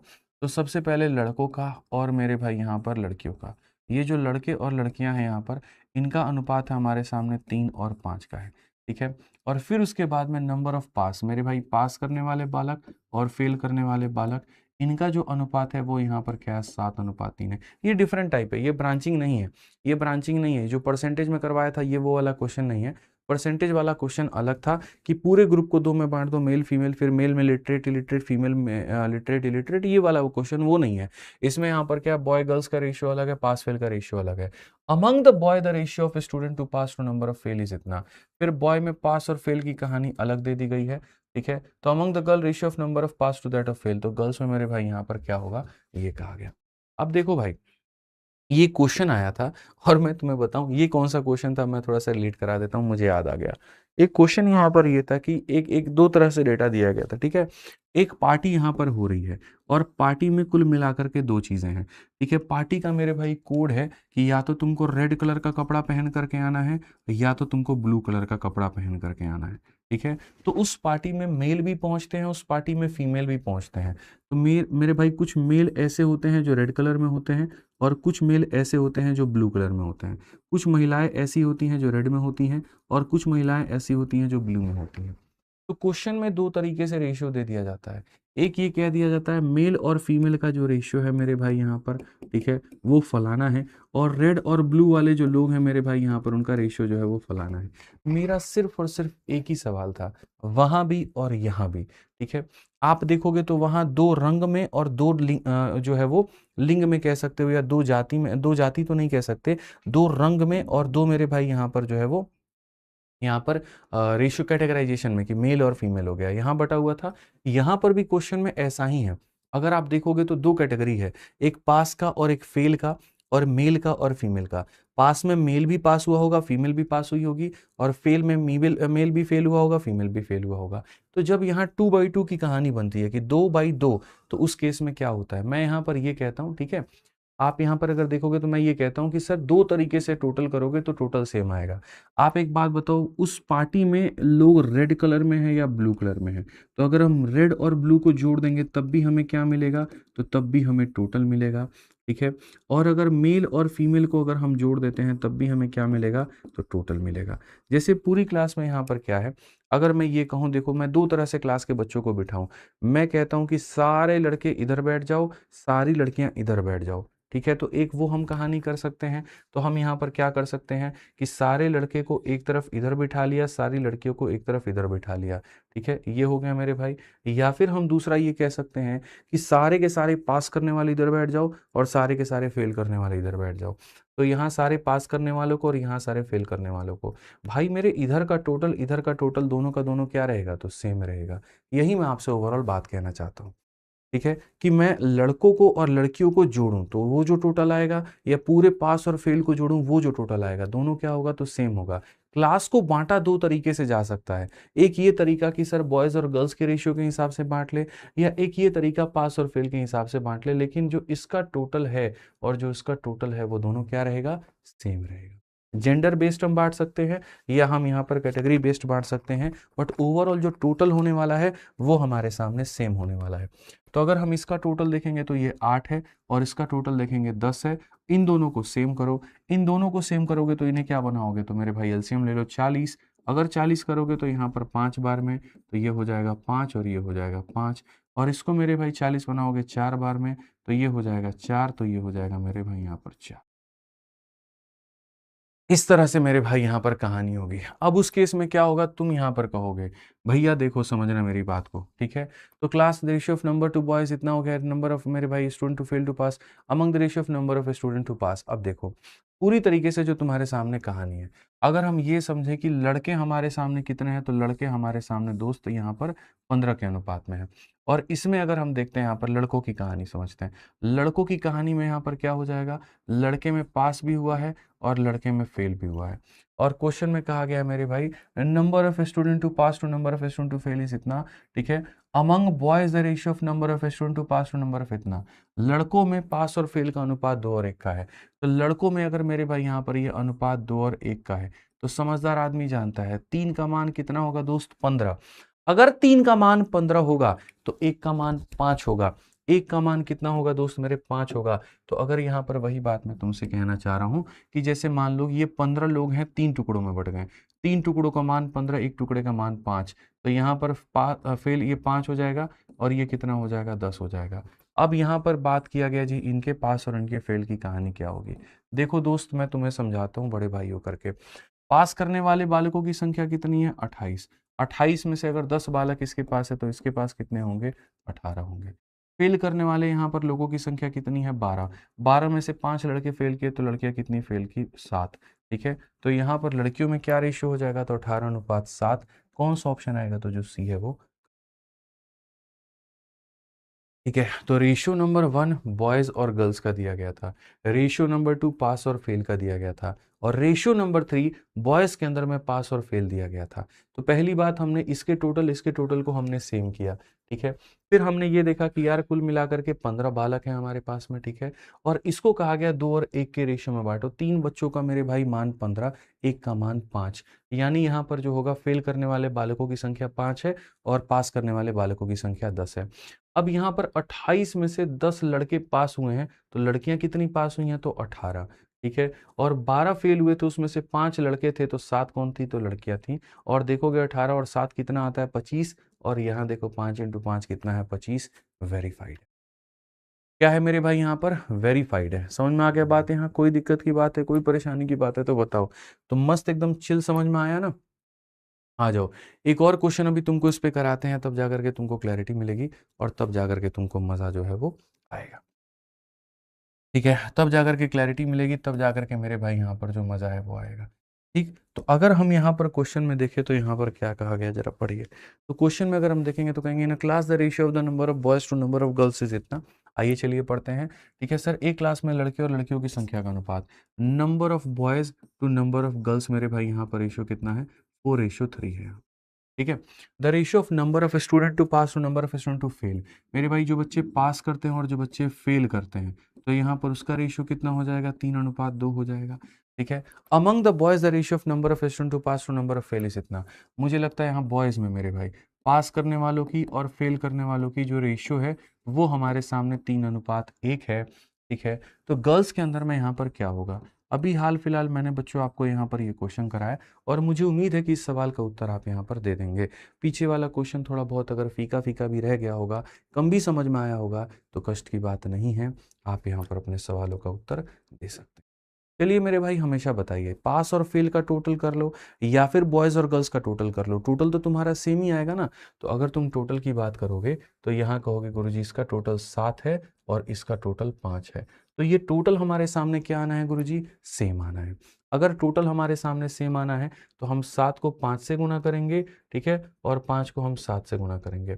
5 से गुना करने का मतलब यहाँ पर ये 5 हो जाएगा और ये 5 हो जाएगा, और 7 से करने का मतलब 7 हो जाएगा, तो 7 हो जाएगा।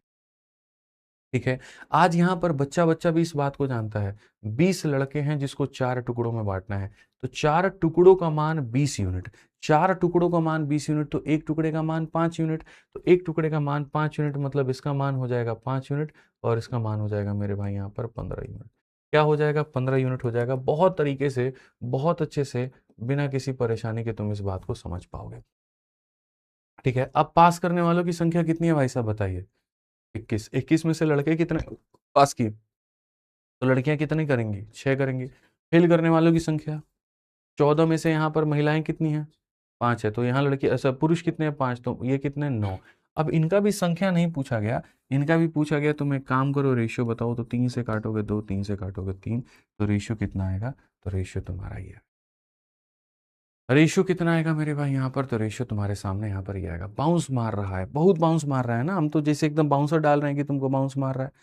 ठीक है, तो यहाँ पर ये वाले क्वेश्चन थे। अब इससे मिलते जुलते तुमको बुक में एकदम शुरू में नहीं मिलेंगे, एंड में मिलेंगे, मिसलिनियस में मिलेंगे। ठीक है, जैसे आप लोग कहते हो ना बहुत ऐसे टाइप है गुरुजी बुक्स में मिल ही नहीं रहा, अरे नहीं मिल रहा क्योंकि मैं उसको नया क्रिएट कर रहा हूँ। जब हमने बुक्स बनाई थी उस समय कैटेगरीज नहीं थे, उसके बाद में अब जब हम पढ़ा रहे हैं तो सबसे लेटेस्ट पढ़ा रहे हैं, अपडेटेड पढ़ा रहे हैं आपको। तो कुछ कैटेगरी ऐसे थे जब हमने उस समय मिसलेनियस में डाल दिया था, हम इनको नया नाम दे करके नया में डालते हैं। ठीक है, तो ये सब कहानी है हमारे सामने। अब उसके बाद में जो अगला टाइप है वो हमारा कॉइन है, और कॉइन जब हम शुरू करेंगे तो आप देखिएगा वहां पर जो आपने इतना पढ़ा नहीं होगा दोस्त, ठीक है, इतना पढ़ा नहीं होगा मेरे भाई आपने कॉइन यहाँ पे, ठीक है, जिस लेवल में हम आपको कॉइन शुरू कर देंगे। और मेरे पढ़ाने के बाद में मैं गारंटी कहता हूँ, आप कहीं पर जो क्वेश्चन लगा लीजिए, कुछ भी लगा लीजिए, आपका सर ऐसा होगा ही नहीं कि आपसे सवाल ना बने। ठीक है, जब से हमने यहाँ शुरू किया है अपने इस बैच को, ठीक है, चैंपियंस को मेरे भाई यहाँ पर, तब से हमने देखा बच्चों के अंदर में, चैंपियंस कह लीजिए जो भी है आपका, ठीक है, जब उस समय से देखा हमने कि बच्चों का जो लेवल है वो बढ़ गया है। पहले वहां पर क्या होता था, पीवाईक्यू ने परेशान करता था, अब तो पीवाईक्यू ये ऐसे उड़ा दे रहे हैं, आप कह रहे जी कुछ और ला करके दो हमें, हमें तो मजा ही नहीं आ रहा इसके अंदर। ठीक है, तो जब आप लोग कंप्लीट कर लो टॉपिक, फिर उसके बाद में मैं मेंस की भी शुरू करूंगा, ठीक है, यूट्यूब पे। ठीक है, तो जैसे जो भी बच्चे होंगे वहां पर जिनको और इसके ऊपर का लेवल का भी पढ़ना होगा, तो फिर वो मेंस वाले में कवर कर लेंगे, वो फ्री चलेगा, यूट्यूब पर चलेगा, कर लेना। बाकी जिनको, हाँ फिर वही बात है, बैच से कवर करना होगा तो कर लेना। ठीक है, बट मुझे लगता है इतना मोर देन इनफ है, जितना मैं पढ़ा रहा हूँ, अगर तुम इसी को बढ़िया तरीके से कवर कर लो तो यहाँ पर जो है बहुत बढ़िया की बात हो जाएगी। ठीक है, समझ में आ रहा है बात यहाँ? ठीक, कोई दिक्कत की बात है, कोई परेशानी की बात है? ठीक है ना, चलो। और बाकी रही बात कॉइन्स को लेकर के, तो कॉइन्स में मैं अगली क्लास में शुरुआत करूंगा बढ़िया तरीके से। ठीक है, बट अगली क्लास में जाने के पहले मैं आप लोगों से कुछ बात कहूंगा। काफ़ी सारे बच्चे जो है पिछले कुछ समय से काफ़ी मिक्स्ड ओपिनियन सबका रहा है, मेरे से भी काफ़ी ज़्यादा ओपिनियन वो मांग रहे थे, एक आंसर के ऊपर में, रोशन सर के ऊपर में, कि सर आप उसके ऊपर में कुछ बोलिए, कैसी बातें क्या बातें हैं। तो देखिए, जब बातें थी तब हमने 115 नंबर क्वेश्चन अगली क्लास में करा देंगे भाई, ठीक है, 115 नंबर क्वेश्चन अगली क्लास में करा देंगे, याद देना, ठीक है। तो जब बातें थी तब हमने उस समय उनकी बातें कही भी थी। अभी जो है मुझे लगता है कि मैं अपनी तरफ से कोई भी बात नहीं कह पाऊंगा, क्योंकि ये खान सर, रोशन सर और ये सब, मतलब जितना आपको चीज़ें आसान दिख रही है उतना है नहीं। इसके अंदर में मीडिया भी घुस चुकी है, ठीक है, इसके अंदर में कुछ पेड प्रमोशंस भी हो रहे हैं, पता नहीं, मतलब मैं उसके बारे में बहुत ज़्यादा नहीं जानता हूँ, तो मैं उसके बारे में नहीं कहूँगा। लेकिन जो मैंने एक चीज़ सीखा है, जो मैं एक चीज़ हमेशा अपने लाइफ में मानता हूँ, वो ये मानता हूँ कि ठीक है, हीट ऑफ द मोमेंट, कई बार क्या होता है कि हम लोग बहुत ज़्यादा चीज़ें गुस्से में कह देते हैं। ठीक है, बहुत सारी बातें ऐसी होती हैं जो निकल करके आ जाती हैं, लेकिन अगर कोई एक वक्त है वापसी का, जहाँ पर अगर आप चीज़ों को लेकर के समेट सकते हो, जहाँ पर अगर आपने किसी को दिल दुखाया है, आपने कहीं पर कुछ किया, तो उसको अगर आप मैनेज कर सकते हो तो आप कर लिया करो। आप लोगों ने देखा होगा मेरी अभिनय सर की काफ़ी ज़्यादा बात बहस हुई प्रोटेस्ट के टाइम पे, ठीक है, बहुत गलतफहमियाँ उनको हुई थी, इतनी ज़्यादा कि जिसका कोई हद हिसाब नहीं है, क्योंकि इंडस्ट्री में बहुत लोग होते हैं, ठीक है। जैसे मान लीजिए तुरंत यहाँ पर मेरे से क्या कहेंगे, दूसरे के बारे में फ़ोन करके कह देंगे जी देखिए आपके बारे में वो ऐसे बोल रहे थे, जिसको कहते हैं भड़काना। उसी तरह से उनको फ़ोन करके मेरे बारे में वहाँ पर कह देंगे, ठीक है। बट होता क्या है ना, हमें भी पता नहीं चलता, अच्छा ऐसा कहा था हमारे बारे में, ये कहा था, उस केस में इंसान ओवर एक्साइटेड हो जाता है, ठीक है, और फिर उस केस में कोई भी कुछ भी जा करके बोल देता है। ठीक है, तो जैसे मैं एक ऐसा व्यक्ति हूँ कि मुझे ये लगता है कि बात कर लेने से चीज़ों की समाधान अगर निकल जाए तो मैं बात करना बेहतर समझता हूँ। प्रोटेस्ट के टाइम पर आप लोगों ने भी देखा, फिर उसके बाद भी देखा कि जैसे अभिनय सर ने भी काफ़ी सारी बातें कही थी टॉपर खरीद को लेकर के और ये सब चीज़ों को लेकर के, ठीक है, हमने भी उनके ऊपर में पेपर सॉल्वर वाली बात कही, ठीक है। ये सारी बातें चाहे उनकी चाहे मेरी है, वहाँ पर एक तरीके से हीट ऑफ द मोमेंट की बातें थी, जिनको लेकर के फिर हम लोगों ने, जो उन्होंने डिफेमेशन भी किया था कोर्ट में, उसको लेकर के हम लोगों ने फिर सुलह भी किए थे, सारी चीज़ें भी की थी वहाँ पर। वो भी इस बात को माने कि नहीं ये हीट ऑफ द मोमेंट थी, गलती हुई, हमने भी इस बात को माना कि ऐसा नहीं होना चाहिए था, ठीक है। और फिर आपसी रजामंदी से हम लोगों ने ये कहा, मैंने वीडियो भी बनाई थी उस टाइम, आप लोगों ने देखा भी होगा कि यार ठीक है बच्चों, तुम लोगों की बात है यहाँ पर और आपस में क्लैश करने का कोई फ़ायदा नहीं होता, तो आज से मेरी तरफ से कोई बात उनके लिए नहीं आएगी। वो वीडियो भी मैंने उस समय बना करके आपको कहा था कि जो भी बातें थी वो हीट ऑफ द मोमेंट थी, और उसके बाद चीज़ें नहीं होंगी। देखिए उस समय से लेकर के आज तक, ठीक है, शायद कभी कभार वो बोल भी देते हो, बट मेरी तरफ से कहीं कोई स्टेटमेंट नहीं आता, और वो भी नहीं बोलते हैं, ऐसा नहीं है, वो भी ठीक है, चीज़ों को मैनेज करते हैं। तो ऐसा अगर मान लीजिए कि हो जाए, बात करने से चीज़ें सॉल्व हो जाए, तो उससे बेहतर क्या है। आप लोग हैं, आप लोग देखिए वहाँ की, अगर किसी भी तरह से दोनों शिक्षक हैं, बात कर लेते हैं आपस में, एक तरीके से जो है वो सुलह कर लेते हैं, तो और बेहतर होगा। इसमें वो भी शांति में रहेंगे, उनका भी मेंटल पीस होगा सही जगह पे, और आप लोग भी जो परेशान है वहाँ पर, वो भी परेशानी वहाँ खत्म हो जाए। ठीक है, बस मैं इतना ही कहूँगा। और बातें बहुत मौके मिलते हैं, सबको मौके मिलते हैं, सबके बारे में कहने को मौका मिलता है, बट यही है कि मुझे लगता है कि इंसान वही है जो थोड़ा अगर झुकना भी पड़े तो झुक जाए, लेकिन हाँ ये है कि वहाँ पर जो है चीज़ें मैनेज कर लें। ठीक है, कोई फ़र्क नहीं पड़ता बाद में यहाँ पर कौन क्या कहेगा क्या नहीं कहेगा, आप शांति से सुकून से रहेंगे, बस आपके मन में इतना रहेगा। ठीक है, तो हमने तो जीवन में हमेशा, चाहे कोई आगे बढ़ा नहीं बढ़ा, मैं आगे बढ़ करके गया हूँ, मैंने हमेशा लोगों से कहा है कि कोई बात नहीं यार, मान लीजिए हमारी ही गलती है, ख़त्म करते हैं इसको और अपने अपने काम पर इसको ध्यान दें। तो ये चीज़ें हैं। ठीक है, बाकी आप लोग भी अपने टीचर्स को समझाइए बात, ठीक है, कि बहुत बढ़िया है। कई ऐसे केसेस होंगे भी जीवन में यार होगा। मैं तो जीवन में एक पल के लिए भी सोचता हूँ कि अंत में जो है सभी से धीरे धीरे धीरे धीरे करके, ठीक है, भगवान के आगे जाके नतमस्तक होकर हाथ जोड़ूंगा कि भगवान जो भी गलतियां हुई हमसे वो माफ़ करें। क्योंकि जब होती है ना, जवानी होती है, जब जोश होता है, उस समय बहुत कुछ कर गुजरने का होता है। कई लोग गलती करते हैं, हमने बहुत गलतियां की हैं टीचिंग के स्टार्टिंग में, लेकिन आज यहाँ पर ये रहता है कि नहीं, अब सही से अपना जो है चुपचाप पढ़ाना है, अपना शांति से ध्यान देना होता है। ठीक, तो होती है, हर इंसान से होता है, इंसान इंसान है, भगवान नहीं है, गलतियों का पुतला है, होती हैं गलतियां, ठीक है, ये किया जा सकता है, बाकी तो और कोई बात नहीं। ठीक, बहुत बढ़िया बहुत बढ़िया। तो आप लोग खुश रहिए, बढ़िया से आप लोग पढ़ाई करते रहिए, कहीं कोई दिक्कत की बात नहीं है। ठीक, मिलते हैं अगले सेशन में, आज के लिए इतना ही है, ध्यान रखिए। ठीक है, चलिए, last part of the question, question का लास्ट पार्ट क्या कहें। ये 136 नंबर क्वेश्चन, इसको तुम पढ़ो एक बार, मजा आएगा तुमको। ठीक, तो आज के लिए इतना ही है, ध्यान रखो, खुश रहो, मस्त रहो। बहुत बहुत धन्यवाद भाई, thank you, love you all, take care, thank you.